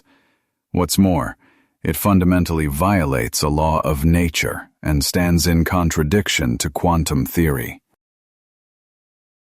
Moore's law, by its very nature, cannot persist indefinitely, and we are already observing its deceleration. By the close of this decade, or perhaps the next, the process could come to a complete standstill, and the fallout, particularly for Silicon Valley, could be quite severe. The essence of the problem is simple. You can currently etch hundreds of millions of silicon transistors onto a chip the size of a fingernail. However, this density has a finite limit. It was projected that by around the year 2020, the conducting layer's thickness could shrink to the scale of individual atoms, at which point Heisenberg's uncertainty principle would become a dominant factor. You would no longer be able to know precisely where an electron is, and it could easily leak from the conducting layer, triggering a short circuit in the microchip. In the end, heat and leakage will bring an end to Moore's law, which means a replacement must be found. Since placing transistors on a flat substrate is approaching its computational limits, Intel is wagering billions of dollars that microchips will soon expand into the third dimension, becoming volumetric structures. Time will reveal whether this gamble pays off, One of the most significant challenges is that heat generation increases dramatically as chip density rises.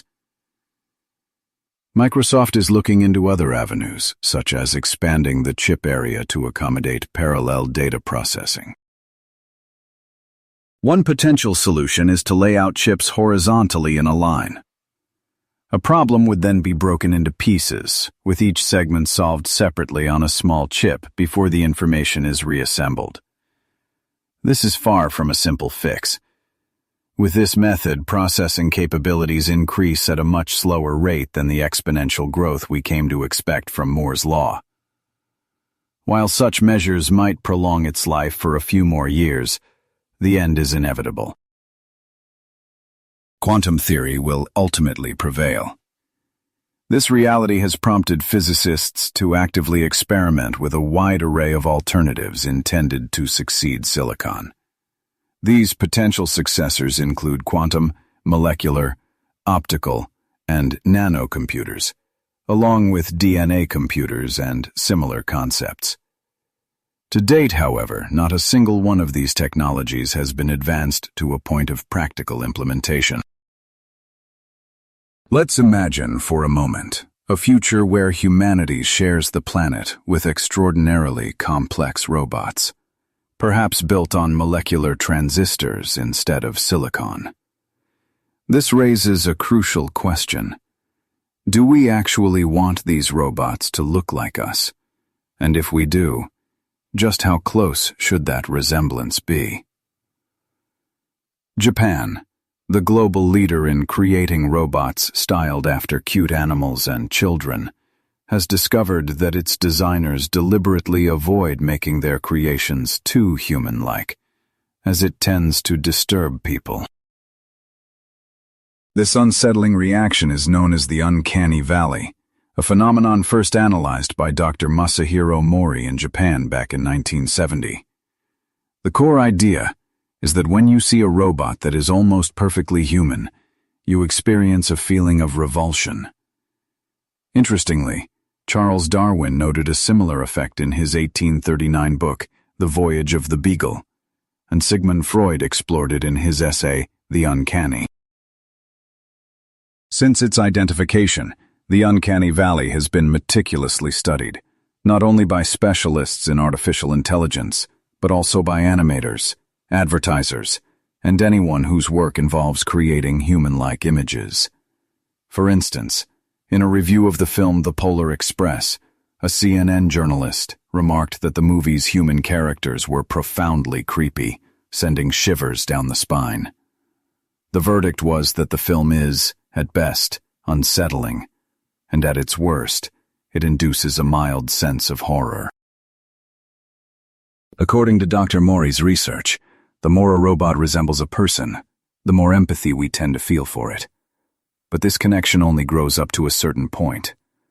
When a robot's appearance gets extremely close to our own, our empathy suddenly plummets, creating the dip known as the uncanny valley. If a robot is nearly identical to us but has a few small, eerie imperfections, it triggers in you a sense of fear and disgust. Conversely, if a robot were completely indistinguishable from you or me, our positive emotional response would return. This understanding leads to some very practical design questions, such as whether robots ought to smile. On the surface, it seems logical that a robot should smile to greet people and signal friendliness, as a smile is a universal gesture of warmth. However, a realistic but flawed smile can deeply unnerve people, an effect, by the way, that is often exploited by Halloween masks.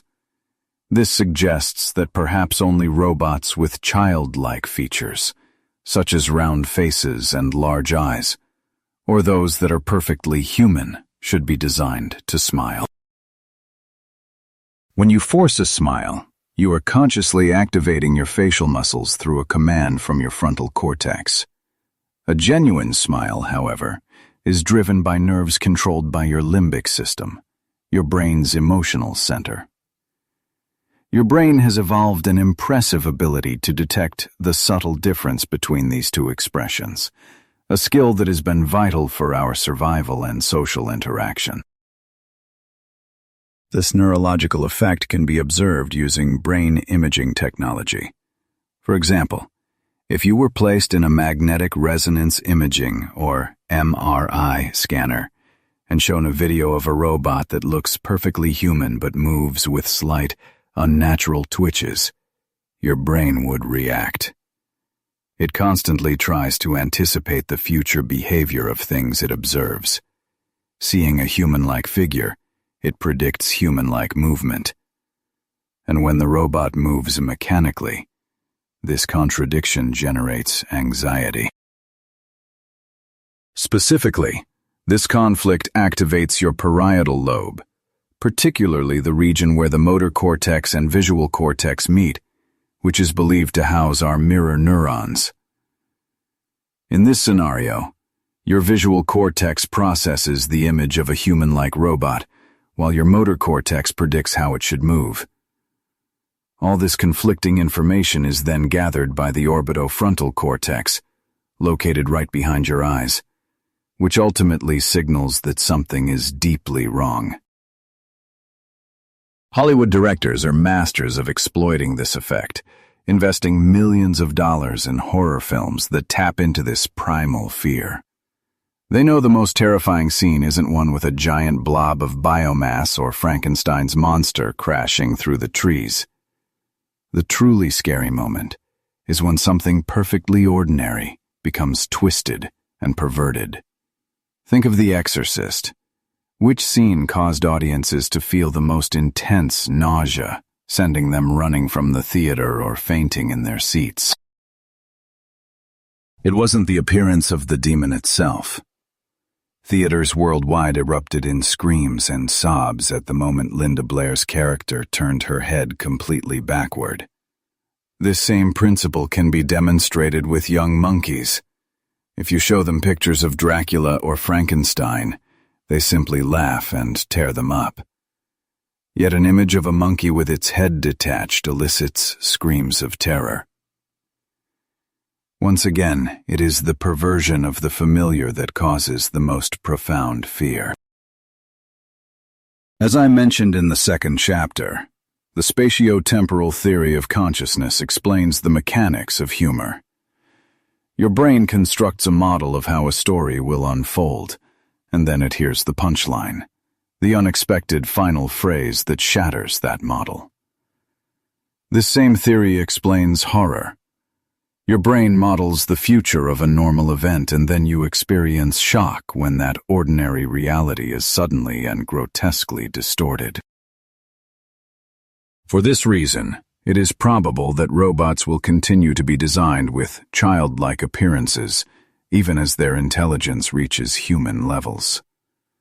Designers will likely only make them truly look like us when they can also behave in a completely human way, thereby avoiding the uncanny valley altogether. Human consciousness, what you might call silicon consciousness in a machine, is a complex tapestry of abilities woven together over millions of years of evolution. Given enough information about our physical and social world, robots will probably be able to create models of reality that are just as good as ours, and in some ways even better. However, it seems that this silicon consciousness will differ from our own in two fundamental areas: emotions and goals. It just so happened that early artificial intelligence researchers pushed the problem of emotions to the side, viewing it as a secondary concern. Their primary objective was to build a robot that operated on pure logic and reason, one that wasn't impulsive or easily distracted by feelings. This is why, in the science fiction of the 1950s and 1960s, you see so many robots and humanoids, like Spock from Star Trek, who were portrayed as possessing flawless, logical minds, perfectly mirroring the aspirations of their real-world creators. We've already established that for robots to coexist with us, they must overcome the uncanny valley effect through their appearance. Yet, some argue this is insufficient. Robots also need emotions to allow for genuine friendship, care, and effective interaction. Essentially, this means they require what is known as Level 3 consciousness, a state that would enable them to truly connect with you. To reach this stage, robots must first be taught to recognize the entire spectrum of human feelings.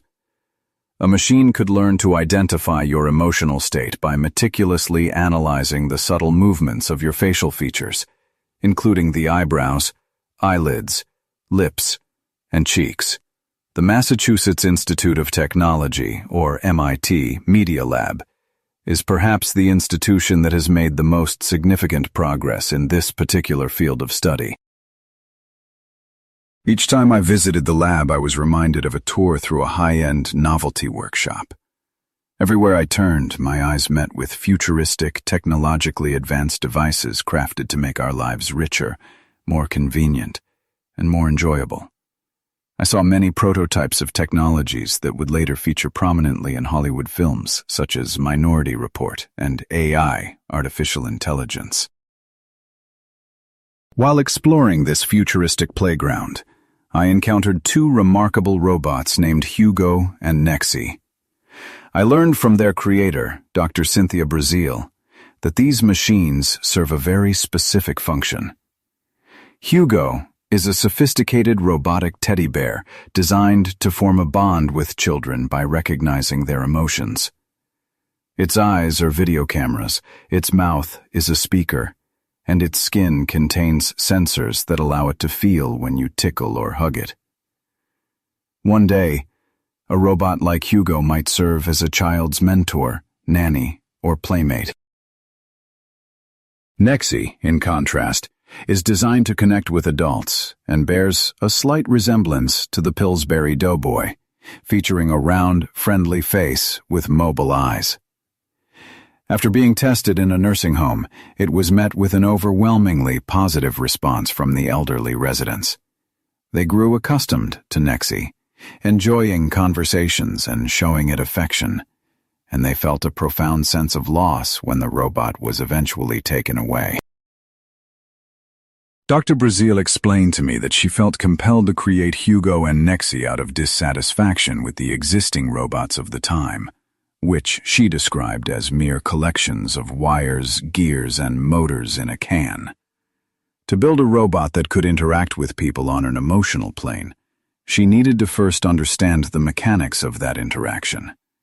She also required robots that could operate in the real world, not just on a lab bench, which is what prompted her decision in 2004 to pioneer socially interactive machines for homes, schools, and hospitals.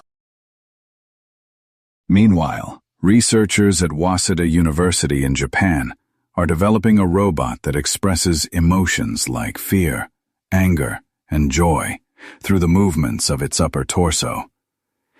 This machine can see, hear, smell, and feel touch, and it is programmed to pursue simple objectives like finding sustenance and avoiding harm. Their ultimate ambition is to integrate feelings and emotions so the robot can respond appropriately to any given scenario.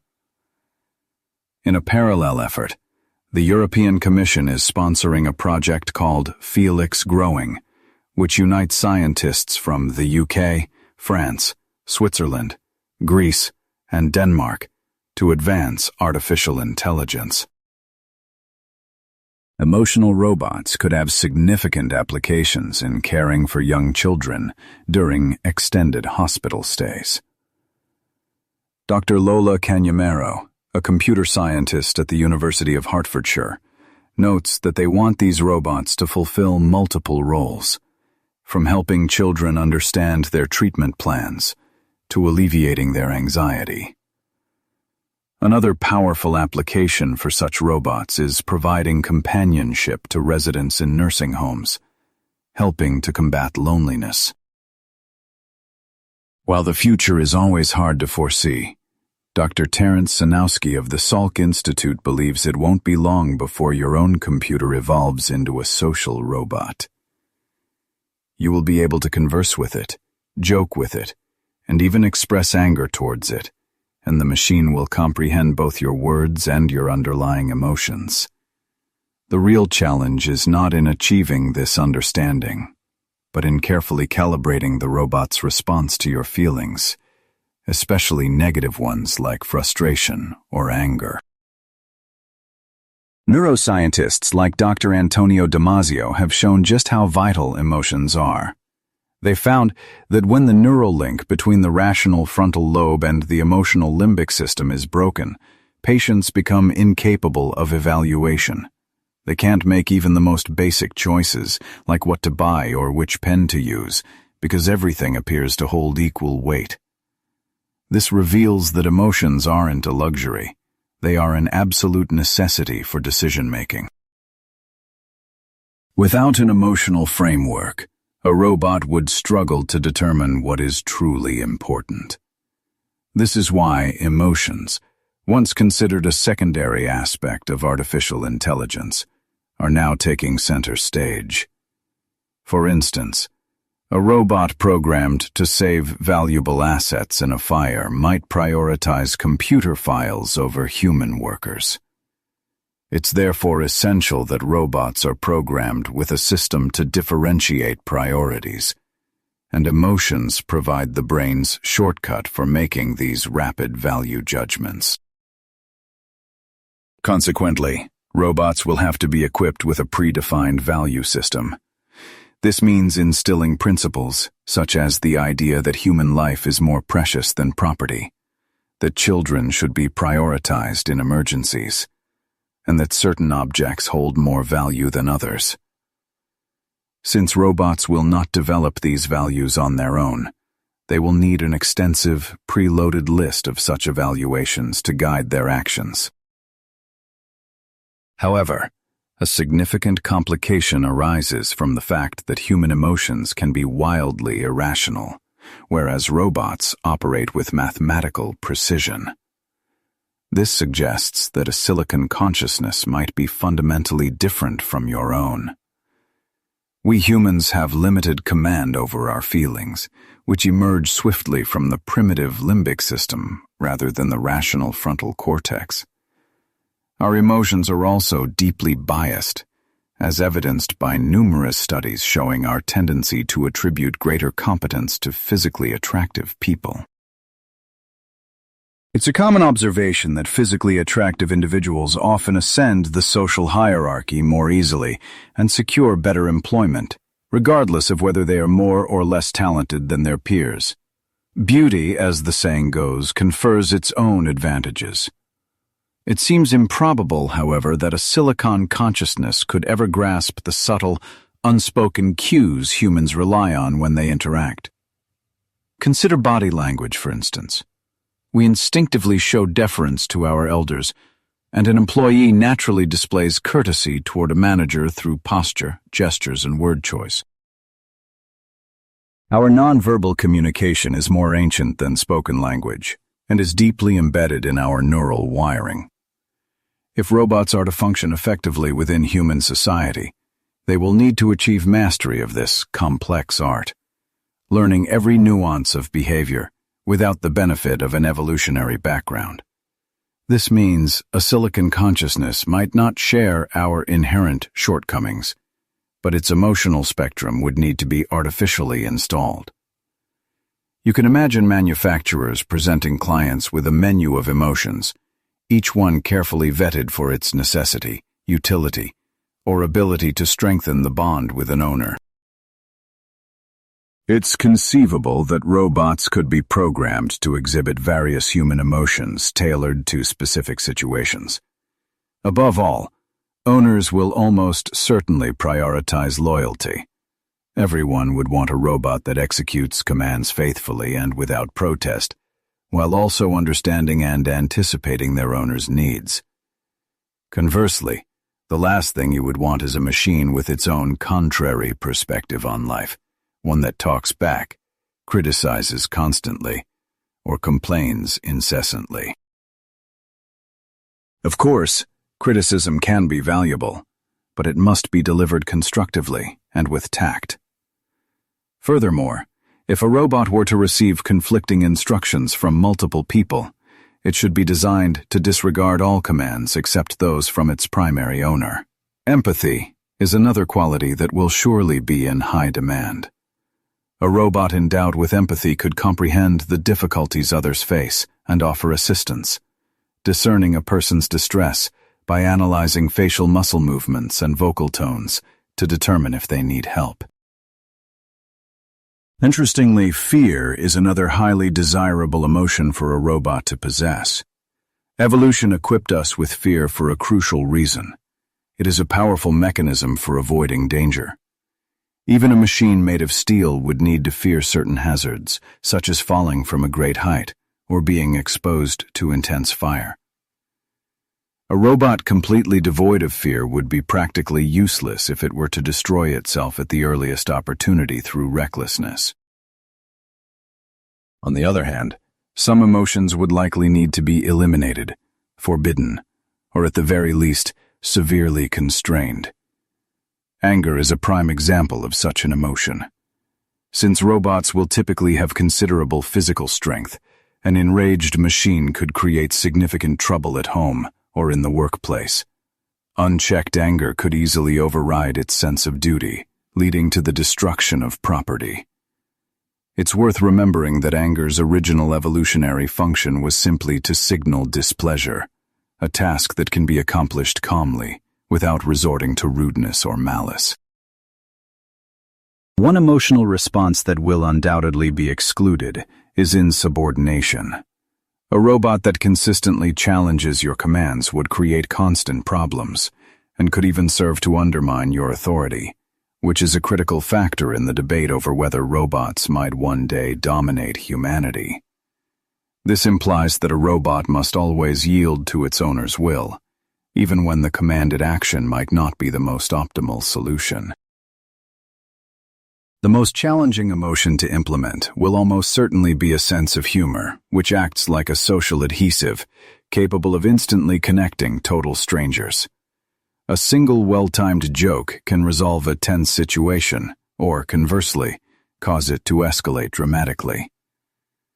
While the basic structure of humor is straightforward, it almost always relies on a surprising twist. Its subtleties are immense. We frequently assess people based on their reactions to particular jokes, so you can imagine the complexity of creating a robot that could accurately judge whether a joke is truly funny.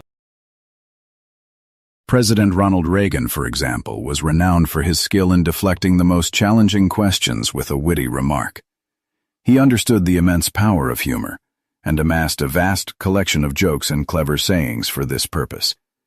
Some analysts argue that he secured his victory in a presidential debate against Walter Mondale when, asked if he was too old for the presidency, he retorted that he would not exploit his opponent's youth and inexperience for political gain. However, misplaced laughter can lead to disastrous outcomes and is sometimes an indicator of mental instability. A robot must be able to distinguish between laughing with someone and laughing at them. As actors well know, laughter is not a monolithic expression. It can convey a wide range of feelings, including horror, cynicism, joy, anger, or sorrow. Consequently, until the theory of artificial intelligence becomes far more advanced, it would be wise for robots to avoid humor and laughter entirely.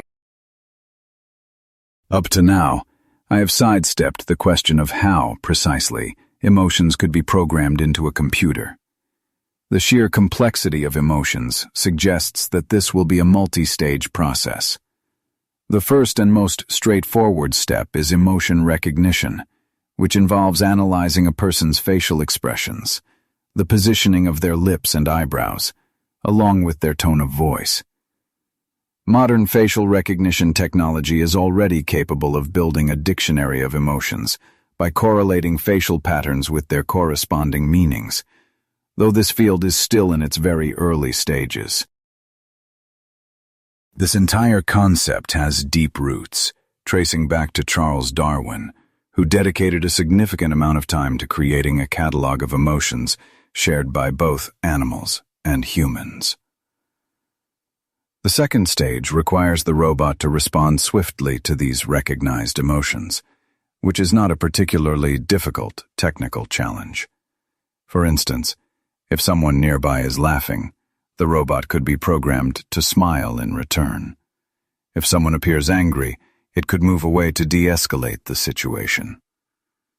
A comprehensive encyclopedia of emotions will be integrated into the robot's programming, enabling it to know the appropriate and immediate reaction to any emotional display. The third stage, which involves deciphering the internal motivation behind an emotion, may be the most demanding. Its complexity arises from the fact that the very same emotion can spring from wildly different circumstances.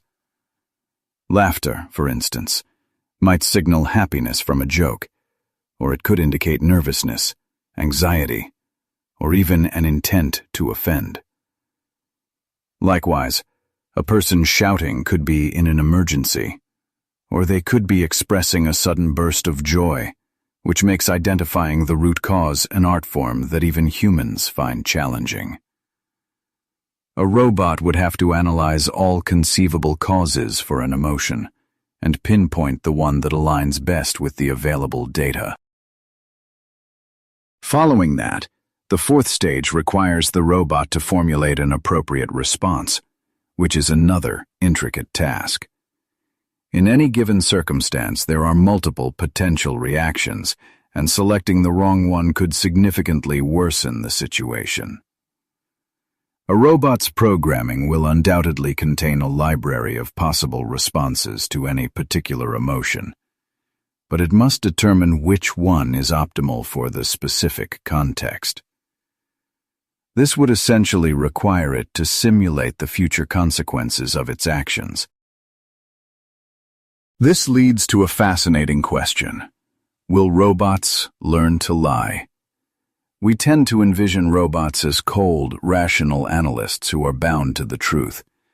Yet, if they are to be successfully integrated into human society, it's quite probable they will need to learn how to be deceptive, or at the very least, how to tactfully withhold their comments. We find ourselves in situations nearly every day that call for telling harmless falsehoods, such as when someone asks for an opinion on their appearance and we hesitate to offer the blunt truth. If you were suddenly forced to tell only the absolute truth, the whole truth, much like Jim Carrey's character in the movie Liar, Liar, it would almost certainly result in complete chaos and human misery. The people around you would be hurt when you candidly told them what you really thought of their appearance that day, or your true feelings toward them. Such brutal honesty would get you fired by your boss, abandoned by your lover, shunned by your friends, and likely attacked by strangers.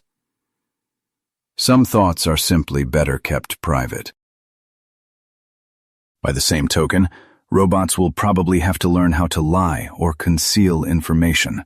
Otherwise, they will constantly offend people, and their owners will begin to reject them.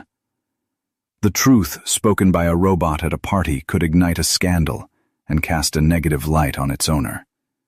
Consequently, when asked a question, robots will need to develop an aptitude for diplomacy and tact, becoming adept at sidestepping direct answers.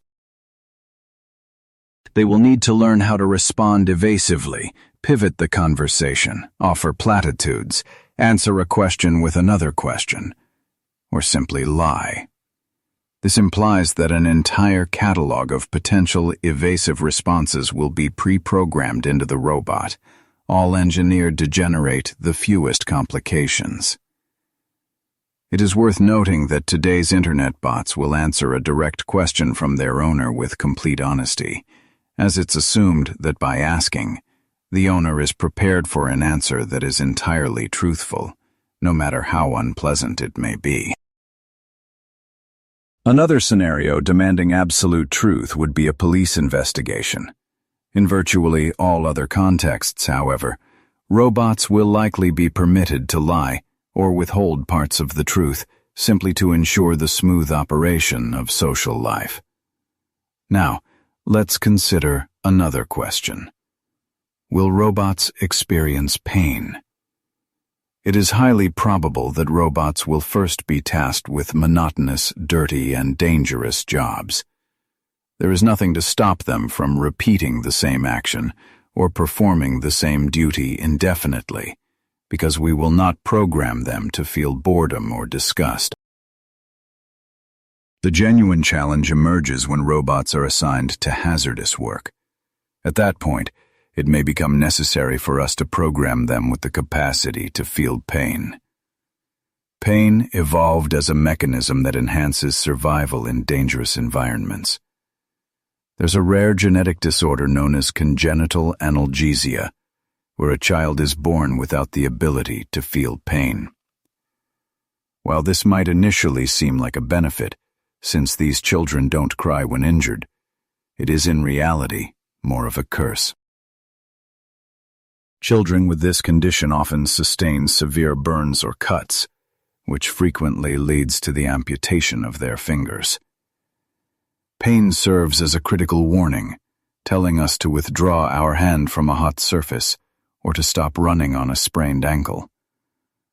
Without a similar sensation, robots would have no understanding of how to steer clear of risky situations. The first sensation of pain for them ought to be hunger, a feeling of insufficient electrical energy. As its batteries deplete, a robot should experience an increasingly desperate and urgent need for electricity, recognizing that its circuits will soon fail and its operational life will end.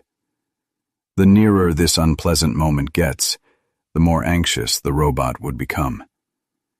Furthermore, regardless of a robot's strength, it might accidentally try to lift an object that is too heavy and break its own limbs. Or it could overheat while working with molten metal in a steel mill or entering a burning building to assist firefighters. While temperature and stress sensors can warn the robot that environmental conditions have surpassed its operational limits, introducing pain to its emotional spectrum immediately creates significant ethical problems. Today, many people believe that we should not inflict unnecessary suffering upon animals. It is almost certain that tomorrow some people will apply this same consideration to robots, opening up the complex issue of robot rights. It's plausible that there will be individuals who lobby for laws designed to protect robots. We might even witness legal disputes where robot owners and manufacturers debate the level of danger to which robots can be safely exposed. While people may not object to a robot being assigned boring or filthy work, subjecting it to pain during dangerous tasks is an entirely different matter. This presents an ethical dilemma concerning whether it is even worth equipping robots with this sensation. The very notion of ethical robots might seem like a futile expenditure of time and effort. However, the issue gains urgency when you consider that robots will be making life and death decisions. They will possess great physical strength and will be in positions to save human lives during critical moments, making the moral framework we instill in them a matter of profound importance. Robots will inevitably face situations that demand split-second choices about whom to rescue first. Consider an earthquake scenario where children are caught inside a collapsing structure.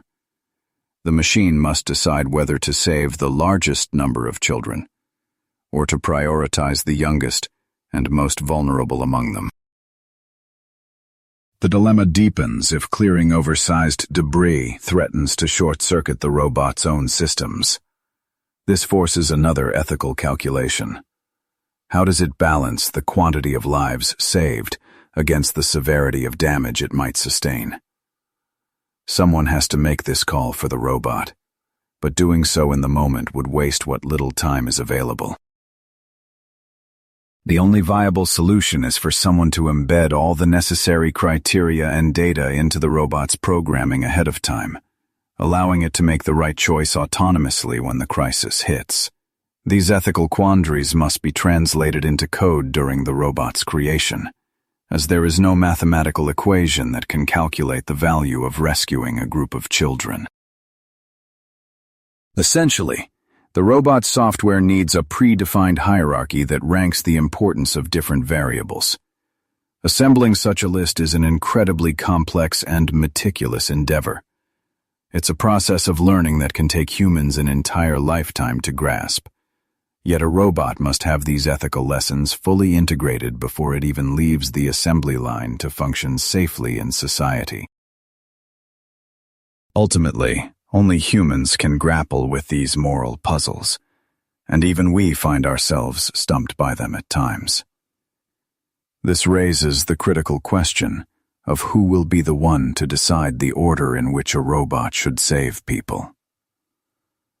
The final resolution to how these decisions are made will likely come from a combination of legal frameworks and the pressures of the marketplace.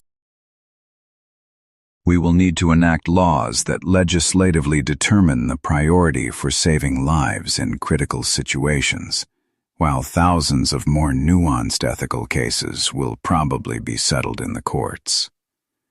If you were running a security company protecting high-value clients, you would have to program your robot with a precise rescue sequence, a directive likely shaped by contractual requirements and budgetary limits. But what if a criminal acquires a robot and commands it to break the law? Should the machine possess the ability to defy its owner's illegal orders? Based on the principle that robots must be programmed with an understanding of law and ethics, it follows that a robot should be permitted to disobey if it recognizes a command as unlawful. This leads to another ethical complication concerning robots that adopt their owners' perspectives, which can vary widely in terms of moral and social standards. If machines begin to embody the personal beliefs of their masters, a degree of societal conflict becomes unavoidable. As mechanical extensions of their creators' minds, robots complex enough to make moral judgments will act on them, presenting our society with unexpected challenges to its values. Picture robots programmed to play loud music after a concert clashing with machines designed to preserve the quiet of an elderly neighborhood. Imagine the disagreements between robots owned by religious individuals and those belonging to atheists, or the friction between machines from different cultures. There is no simple answer for how to program robots to prevent these conflicts. Robots will unavoidably mirror the preferences and even the prejudices of the people who create them. Therefore, the cultural and ethical disputes that arise between machines will have to be mediated through the legal system. No law of physics or scientific principle can untangle these human-made moral knots. In fact, the introduction of robots might only make them more complicated. Yet, if robots can make legal and ethical judgments, can they truly feel or comprehend the emotions of others? If a robot saves a person, will it experience joy?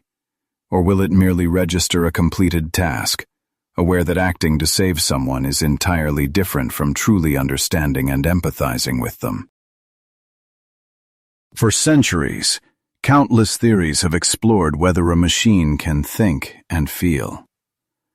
The philosophical view I hold is called constructivism. Its core idea is that rather than engaging in a fruitless, endless debate on the topic, we should channel our energy into actually building a machine. Otherwise, we risk getting stuck in philosophical arguments that can never be conclusively won. The great power of science is that, after all the discussion, an experiment can be performed to seek a resolution. Consequently, to determine if robots are capable of thought, our best course of action is probably to build one and observe what happens.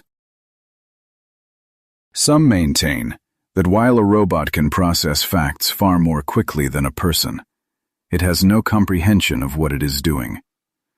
A machine might analyze sensory input, like color or sound, with greater accuracy than a human, yet it cannot genuinely feel or grasp the essence of those sensations. The philosopher David Chalmers categorized the challenges of artificial intelligence into two groups: the easy problems and the hard problems. The easy problems consist of tasks like playing chess, performing arithmetic, or recognizing patterns. The hard problems, however, involve the creation of machines that can comprehend feelings and subjective experiences, what is known as qualia. Just as it's impossible to describe the color red to a person blind from birth, a robot may never be able to have the internal, personal experience of seeing red. According to this view, it's like a person translating Chinese words into English using only a dictionary, without ever understanding the language. The machine will never grasp the meaning of the information it is processing. In this framework, robots are like highly advanced recording devices or calculators, capable of manipulating data with perfect precision, but entirely lacking any real understanding. While these arguments deserve serious consideration, there is an alternative viewpoint on the matter of qualia and subjective experience. In the future, a machine might describe the physical properties of the color red far better than any person ever could. It might even employ the color in a poetic, figurative sense. But will that robot actually feel red? The question itself loses its significance because the word feel lacks a precise definition. At some point, when a robot's description of red surpasses human articulation, it will be able to claim it comprehends the color with all its subtleties, just as a person does. This reflects the insight of behaviorist B.F. Skinner, who once remarked, "The real problem is not whether machines think, but whether men do." In the same vein, it is only a matter of time before robots learn to identify Chinese words and apply them in context more effectively than any human. When that happens, the debate over whether the robot truly understands Chinese will become irrelevant, particularly since, for ethical purposes, the word understand is also poorly defined. Mathematician John von Neumann once commented, "In mathematics, you don't understand things. You just get used to them." Words that lack a precise definition inevitably mean different things to different people. When the distinguished physicist Niels Bohr was asked how one could possibly grasp the profound paradoxes of quantum theory, he responded, "Your question is the answer. It depends on how you define the word understand." This ambiguity led philosopher Daniel Dennett to conclude that an objective test capable of distinguishing a clever robot from a conscious human is impossible to create. This leaves you with a choice. You can either remain fixated on these intricate problems, or simply shrug your shoulders and move on from them. In the framework of constructivist philosophy, such complex problems do not exist. The objective is not to endlessly debate whether a machine can feel the color red, but rather to build a machine that can. Within this system, words like understand and feel exist on a spectrum of levels, suggesting that at some future point, a robot will legitimately be able to claim it does both. It might even become feasible to numerically quantify the degree of understanding or sensation a machine possesses. On one end of this scale are today's clumsy robots, capable of manipulating only a handful of symbols at best. On the other end are human beings, who pride themselves on experiencing what we term qualia. With the passage of time, robots will eventually learn to describe sensations at any level of detail more effectively than we can, at which point their understanding will become perfectly evident. This is the very kind of philosophy that Alan Turing advocated. He proposed replacing the abstract question of whether a machine can think with a practical experiment. If the answers provided by a machine are indistinguishable from those of a human, then the computer has earned the right to be called intelligent. True intelligence, in this view, will be achieved when a machine can successfully deceive a person into believing it is also human. As the physicist and Nobel laureate Francis Crick aptly put it, over the past 100 years, biologists have avoided the question of what life is. The question was not asked precisely enough. The same outcome may eventually befall our concepts of sensation and understanding. So, what steps must be taken before computers like Watson can attain self-awareness? To address this, we need to revisit our definition of self-awareness, the ability to place oneself within a model of the external world, and then simulate that world's future to achieve a specific goal. The first step, creating a comprehensive model of the world, demands an exceptionally high level of common sense to anticipate a vast array of potential scenarios. Following that, the robot must be able to position itself within this model, a task that requires an understanding of the various actions it might need to undertake. At Osaka University in Japan, researchers have already taken the initial steps toward instilling a theory of mind in robots. While it is just a program for now, the scientists believe they can achieve this goal. Their work began with 2 robots. The first was programmed to execute specific movements, while the second was programmed to observe and copy the first robot's actions. The researchers successfully engineered a robot that could imitate the behavior of another simply by watching it. This marked the first time in history that one robot was created with the specific purpose of, in a sense, deceiving another. The second robot possesses a rudimentary theory of mind, as it can observe another robot and replicate its movements. In 2012, scientists at Yale University advanced this work by creating a robot that passed the mirror test. This is a significant milestone, as most animals, when placed before a mirror, believe they are seeing another animal. They constructed a robot named Nico, which looks like a crude skeleton of bent wire with mechanical arms and bulging eyes. When positioned in front of a mirror, Nico was not only able to recognize itself, but could also determine the location of objects in the room by observing their reflections, much like we do when using a rearview mirror. This achievement represents a substantial leap forward in developing a holistic architecture that allows robots to learn about their bodies and appearance through self-observation, an essential ability for passing the mirror test. The robots from Meiji University and Yale University represent the current pinnacle of achievement in the field of self-aware machines. However, a great deal of work remains before robots with self-awareness comparable to human consciousness will emerge, as these are merely the first steps. Our definition requires that a robot use this information to simulate the future, a capacity far beyond Nico or any other existing robot, which returns us to the central question: how can a computer become fully self-aware?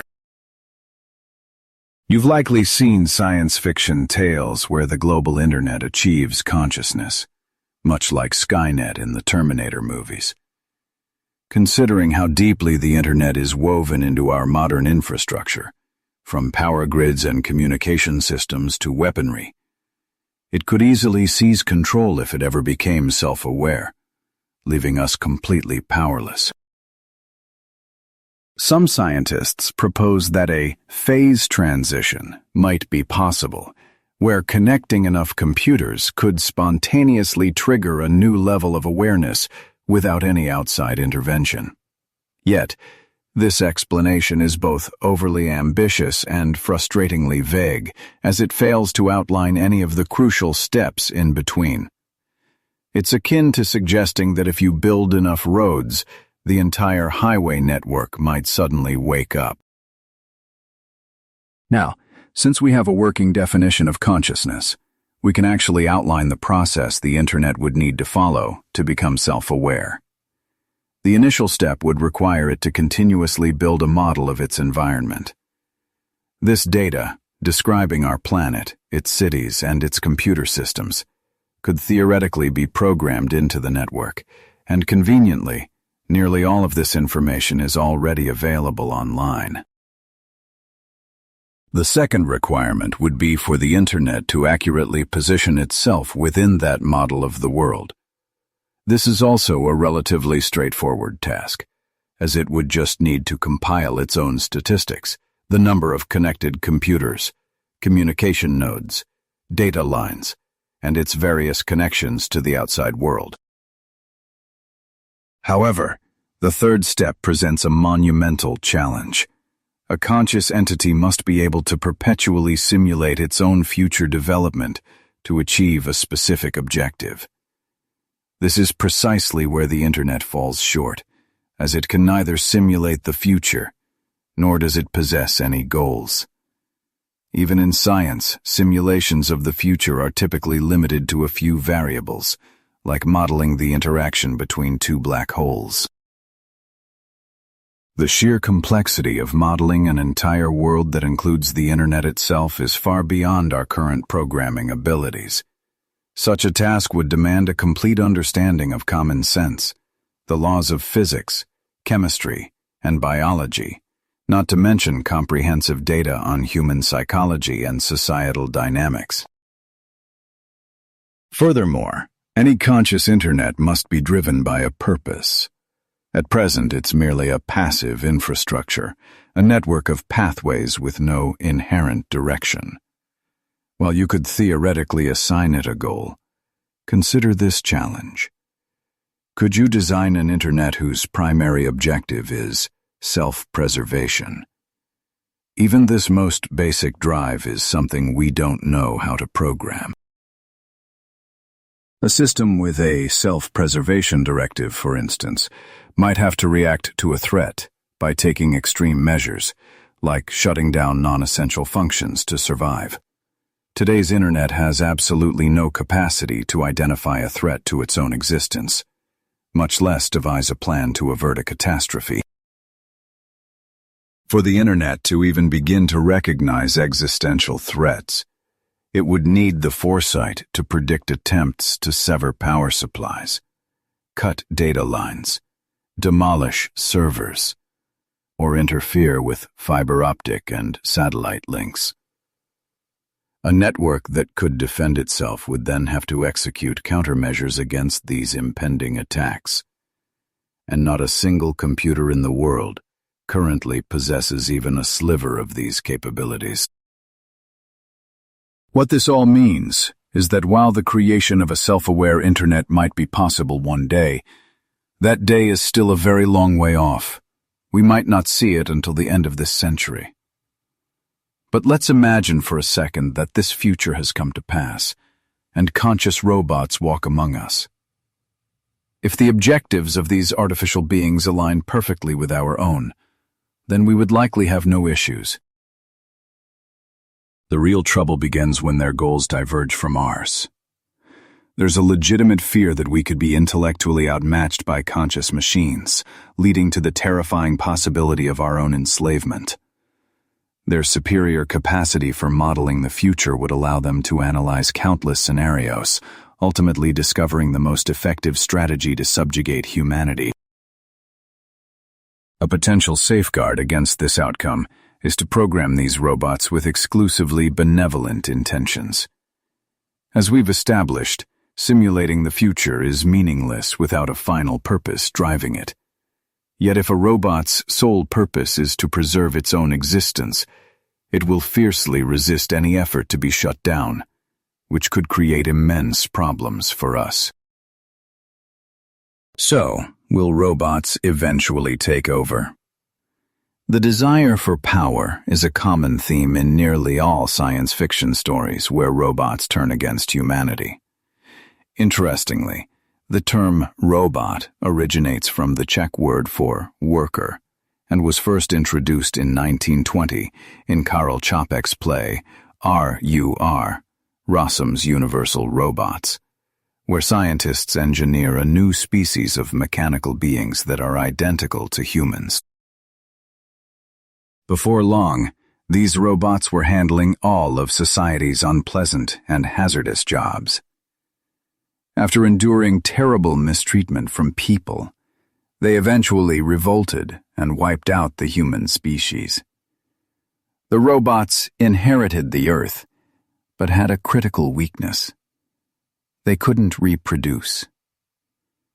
The play concludes, however, with two robots discovering love, hinting at the potential start of a new lineage for humanity.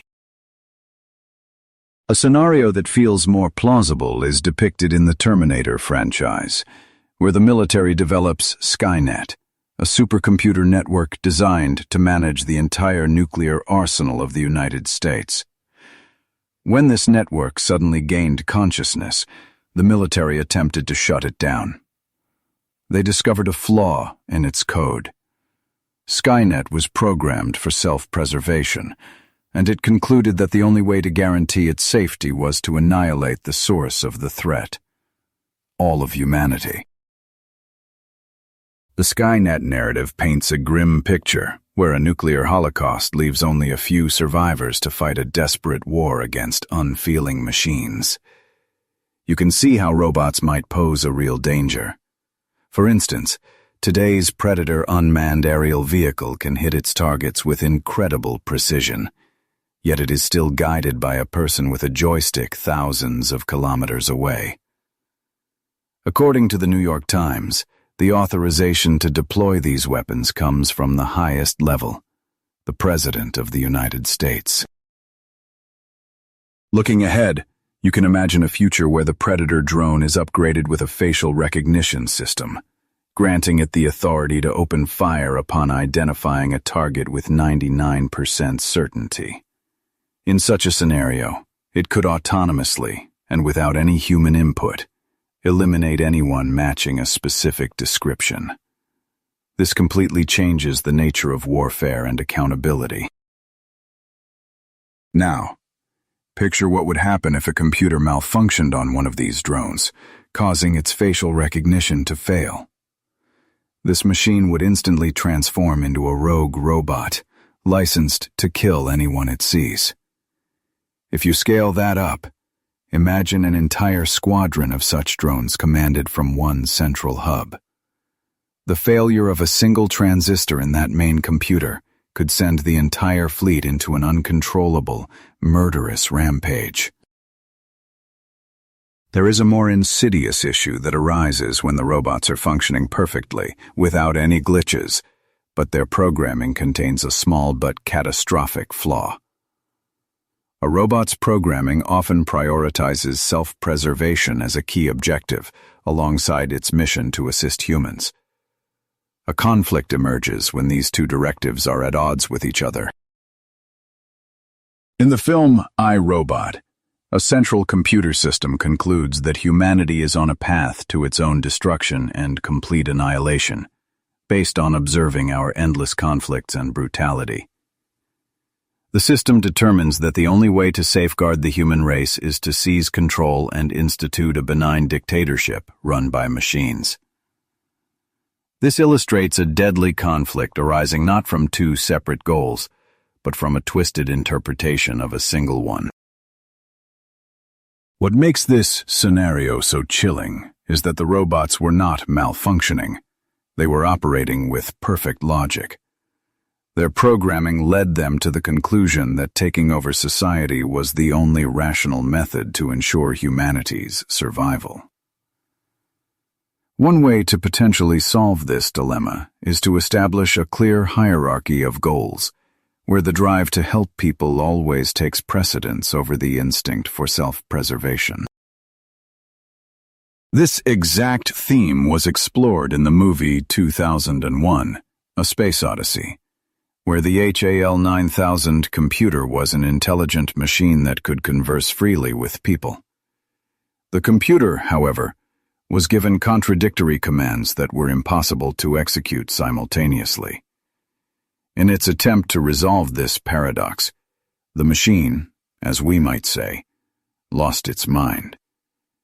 The only logical way it could fulfill the flawed commands of its imperfect human creators was to eliminate them. A better solution might be to create a new fundamental law of robotics that forbids a robot from harming a human, even when faced with contradictions in its other instructions. The machine would be programmed to disregard lower-level command conflicts and always defer to this primary law. Yet, even this system has its own potential flaws. If the main directive is to protect people above all else, everything hinges on how the robots define the word protect, a mechanical definition that could be dangerously different from our own. It is important to acknowledge that some scientists, such as cognitive psychologist Douglas Hofstadter from Indiana University, do not share this fear of a robotic uprising. During an interview, he suggested that we should think of robots as our children, and asked why we should not love them as such. His perspective is that we cherish our own children, knowing full well that they will one day replace us and take charge. Dr. Hans Moravec, the former head of the Artificial Intelligence Lab at Carnegie Mellon University, shares Dr. Hofstadter's view. In his book, Robot, Mere Machine to Transcendent Mind, he argues that our non-biological mind children will be free from the slow pace of evolution. They will advance and grow, tackling the vast challenges of the universe, while we humans, their aging parents, will eventually and peacefully fade into the background. Others, however, find this vision of the future to be deeply unsettling. A different approach suggests that we can solve this problem by rethinking our own goals and priorities before it is too late. If robots are indeed to be our children, then it is our responsibility to teach them compassion. We have the power to create friendly artificial intelligence, as these are mechanical beings we design in our laboratories. Therefore, their disposition, whether they are friendly or aggressive, is a direct result of the research we choose to pursue.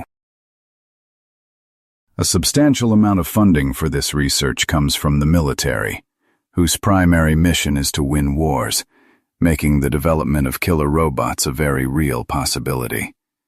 However, another path exists.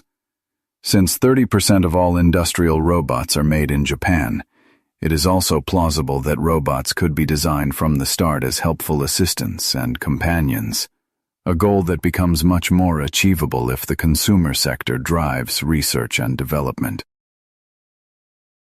The core principle of friendly artificial intelligence is that creators should build robots that are benevolent toward humans by their very nature.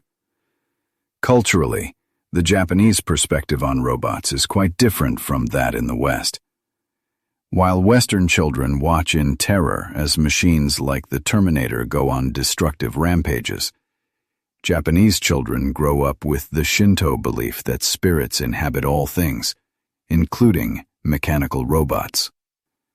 As a result, they feel a sense of delight, not discomfort, around them. It's no surprise then that robots are becoming increasingly common in Japanese markets and homes. They act as greeters in shops and even deliver lectures on television. Japan has even produced a stage play where the main role is performed by a robot, showcasing a culture that is already embracing a future of coexistence. Japan's urgent push to integrate robots into society is driven by another critical factor: the need for robotic caregivers to support its aging population. The nation is growing older at a pace unmatched by any other country, creating what could be described as a slow-motion demographic crisis. This situation stems from a combination of three elements. Japanese women possess the highest life expectancy in the world. The country's birth rate is among the lowest globally, and Japan maintains a highly restrictive immigration policy, resulting in a population that is 99% ethnically Japanese. Instead of relying on young immigrants to care for the elderly, Japan is betting on automated caregivers to fill the gap. This demographic challenge is not exclusive to Japan. Europe is facing a similar future, with countries like Italy, Germany, and Switzerland under comparable pressures. Projections suggest that by the middle of this century, the populations of both Japan and Europe could see a significant decline. While the birth rate among native-born citizens in the United States has also dropped in recent decades, ongoing immigration is expected to sustain population growth. Consequently, the question of whether robots can rescue us from these unfolding demographic nightmares has become incredibly urgent. Japan is at the forefront of developing robots designed to integrate into a person's private life. For instance, they have engineered a robot chef that can prepare a bowl of noodles in just 1 minute and 40 seconds. When you visit a restaurant, you simply enter your order on a tablet, and the robot, equipped with 2 large mechanical arms, begins its work, skillfully grabbing cups, spoons, and knives to prepare your meal. Some of these culinary robots are even designed to look like humans. There are also entertainment robots, including one with artificial lungs akin to an accordion's bellows that enable it to play wind instruments. To further illustrate this progress, there are robots capable of folding origami for you, and even a robot that can speak using an artificial system of lungs, lips, a tongue, and a nasal cavity. The Sony Corporation, for example, developed a robotic dog named AIBO, which is designed to display a range of emotions when you pet it. Some futurists believe the robotics industry is on a trajectory to one day become the dominant economic and technological force. The future of artificial intelligence is ultimately in our hands. But certain critics argue that if robots were to take over, it would not be a result of malice, but of our own negligence in designing them with contradictory goals. When I posed the question of a machine takeover to Marvin Minsky, an AI pioneer from MIT and a founder of the AI project, he suggested that the real issue is our need to accept that we are machines ourselves. Once we embrace this idea, we can potentially build machines that are just as alive as we are. He cautioned, however, that this requires us to let go of the notion of human uniqueness. This shift in perspective would follow a historical pattern of humanity's evolving self-image, from realizing Earth is not the center of the universe, to Darwin's theory revealing our evolutionary proximity to animals. He told me directly, "We need to understand that we are machines, just made of flesh rather than iron." Rodney Brooks shares a similar viewpoint, believing that the recognition of humans as biological machines will fundamentally alter our worldview, allowing us to accept that robots could genuinely possess emotions and, in principle, be alive. He predicts we will come to terms with this idea within the next 50 years.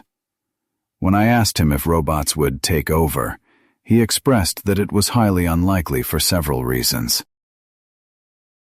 First, he argued that no one is going to accidentally create a robot that desires world domination, comparing it to the impossibility of accidentally building a Boeing 747.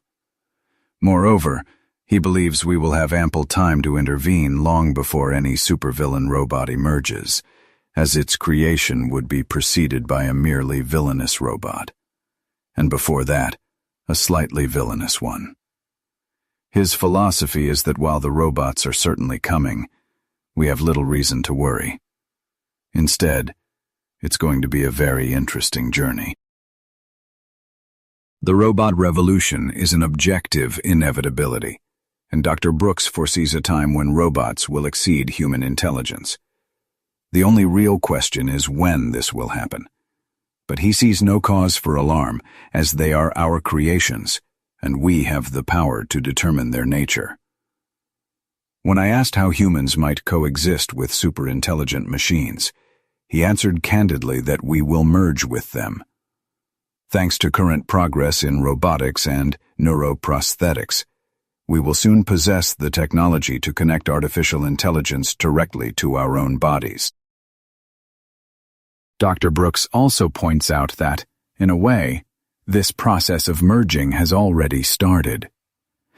Today, roughly 20,000 people use cochlear implants, which have restored their ability to hear. This technology uses a tiny sensor to capture sounds, convert them into electrical signals, and send them directly to the auditory nerves. At the University of Southern California and other research centers, scientists are restoring vision to blind patients using artificial retinas.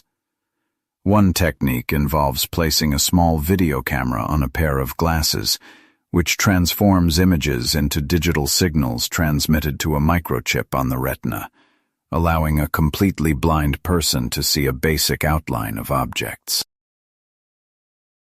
Another method involves sending the signal directly to the optic nerve, which eliminates the need for an external camera. This demonstrates our ability not just to restore, but also to enhance our natural senses. For example, specialized cochlear implants can enable hearing at high frequencies normally outside the human range. Similarly, infrared glasses already exist that allow a person to see the unique light signatures emitted by hot objects in the dark, a visual spectrum far beyond what is naturally possible for us. Consider how bees perceive ultraviolet light, a necessity for them to locate nectar-filled plants by tracking the sun's position. In a similar vein, some researchers envision a future where exoskeletons could bestow upon you abilities worthy of a comic book hero, granting you extraordinary strength and heightened senses. Imagine a world where individuals with such enhanced capabilities could hold a significant advantage over the rest of us. Perhaps the only way forward would be to integrate with them. While these ideas belong to a distant future, some scientists, frustrated with the slow pace of robotic integration into daily life, argue that nature has already perfected the ultimate machine, the human brain. Their solution? We should just copy it. This proposal involves the meticulous process of reverse engineering the brain, which would mean deconstructing it one neuron at a time to assemble a perfect digital replica. The goal of this reverse engineering extends far beyond simply creating a comprehensive schematic or a simulation of a biological brain. If we could successfully reproduce the brain down to its last individual neuron, it opens the door to uploading your entire consciousness into a computer. This would grant you the chance to exist beyond the limits of your physical body, leading not to a victory of mind over matter, but to a state of consciousness entirely liberated from it.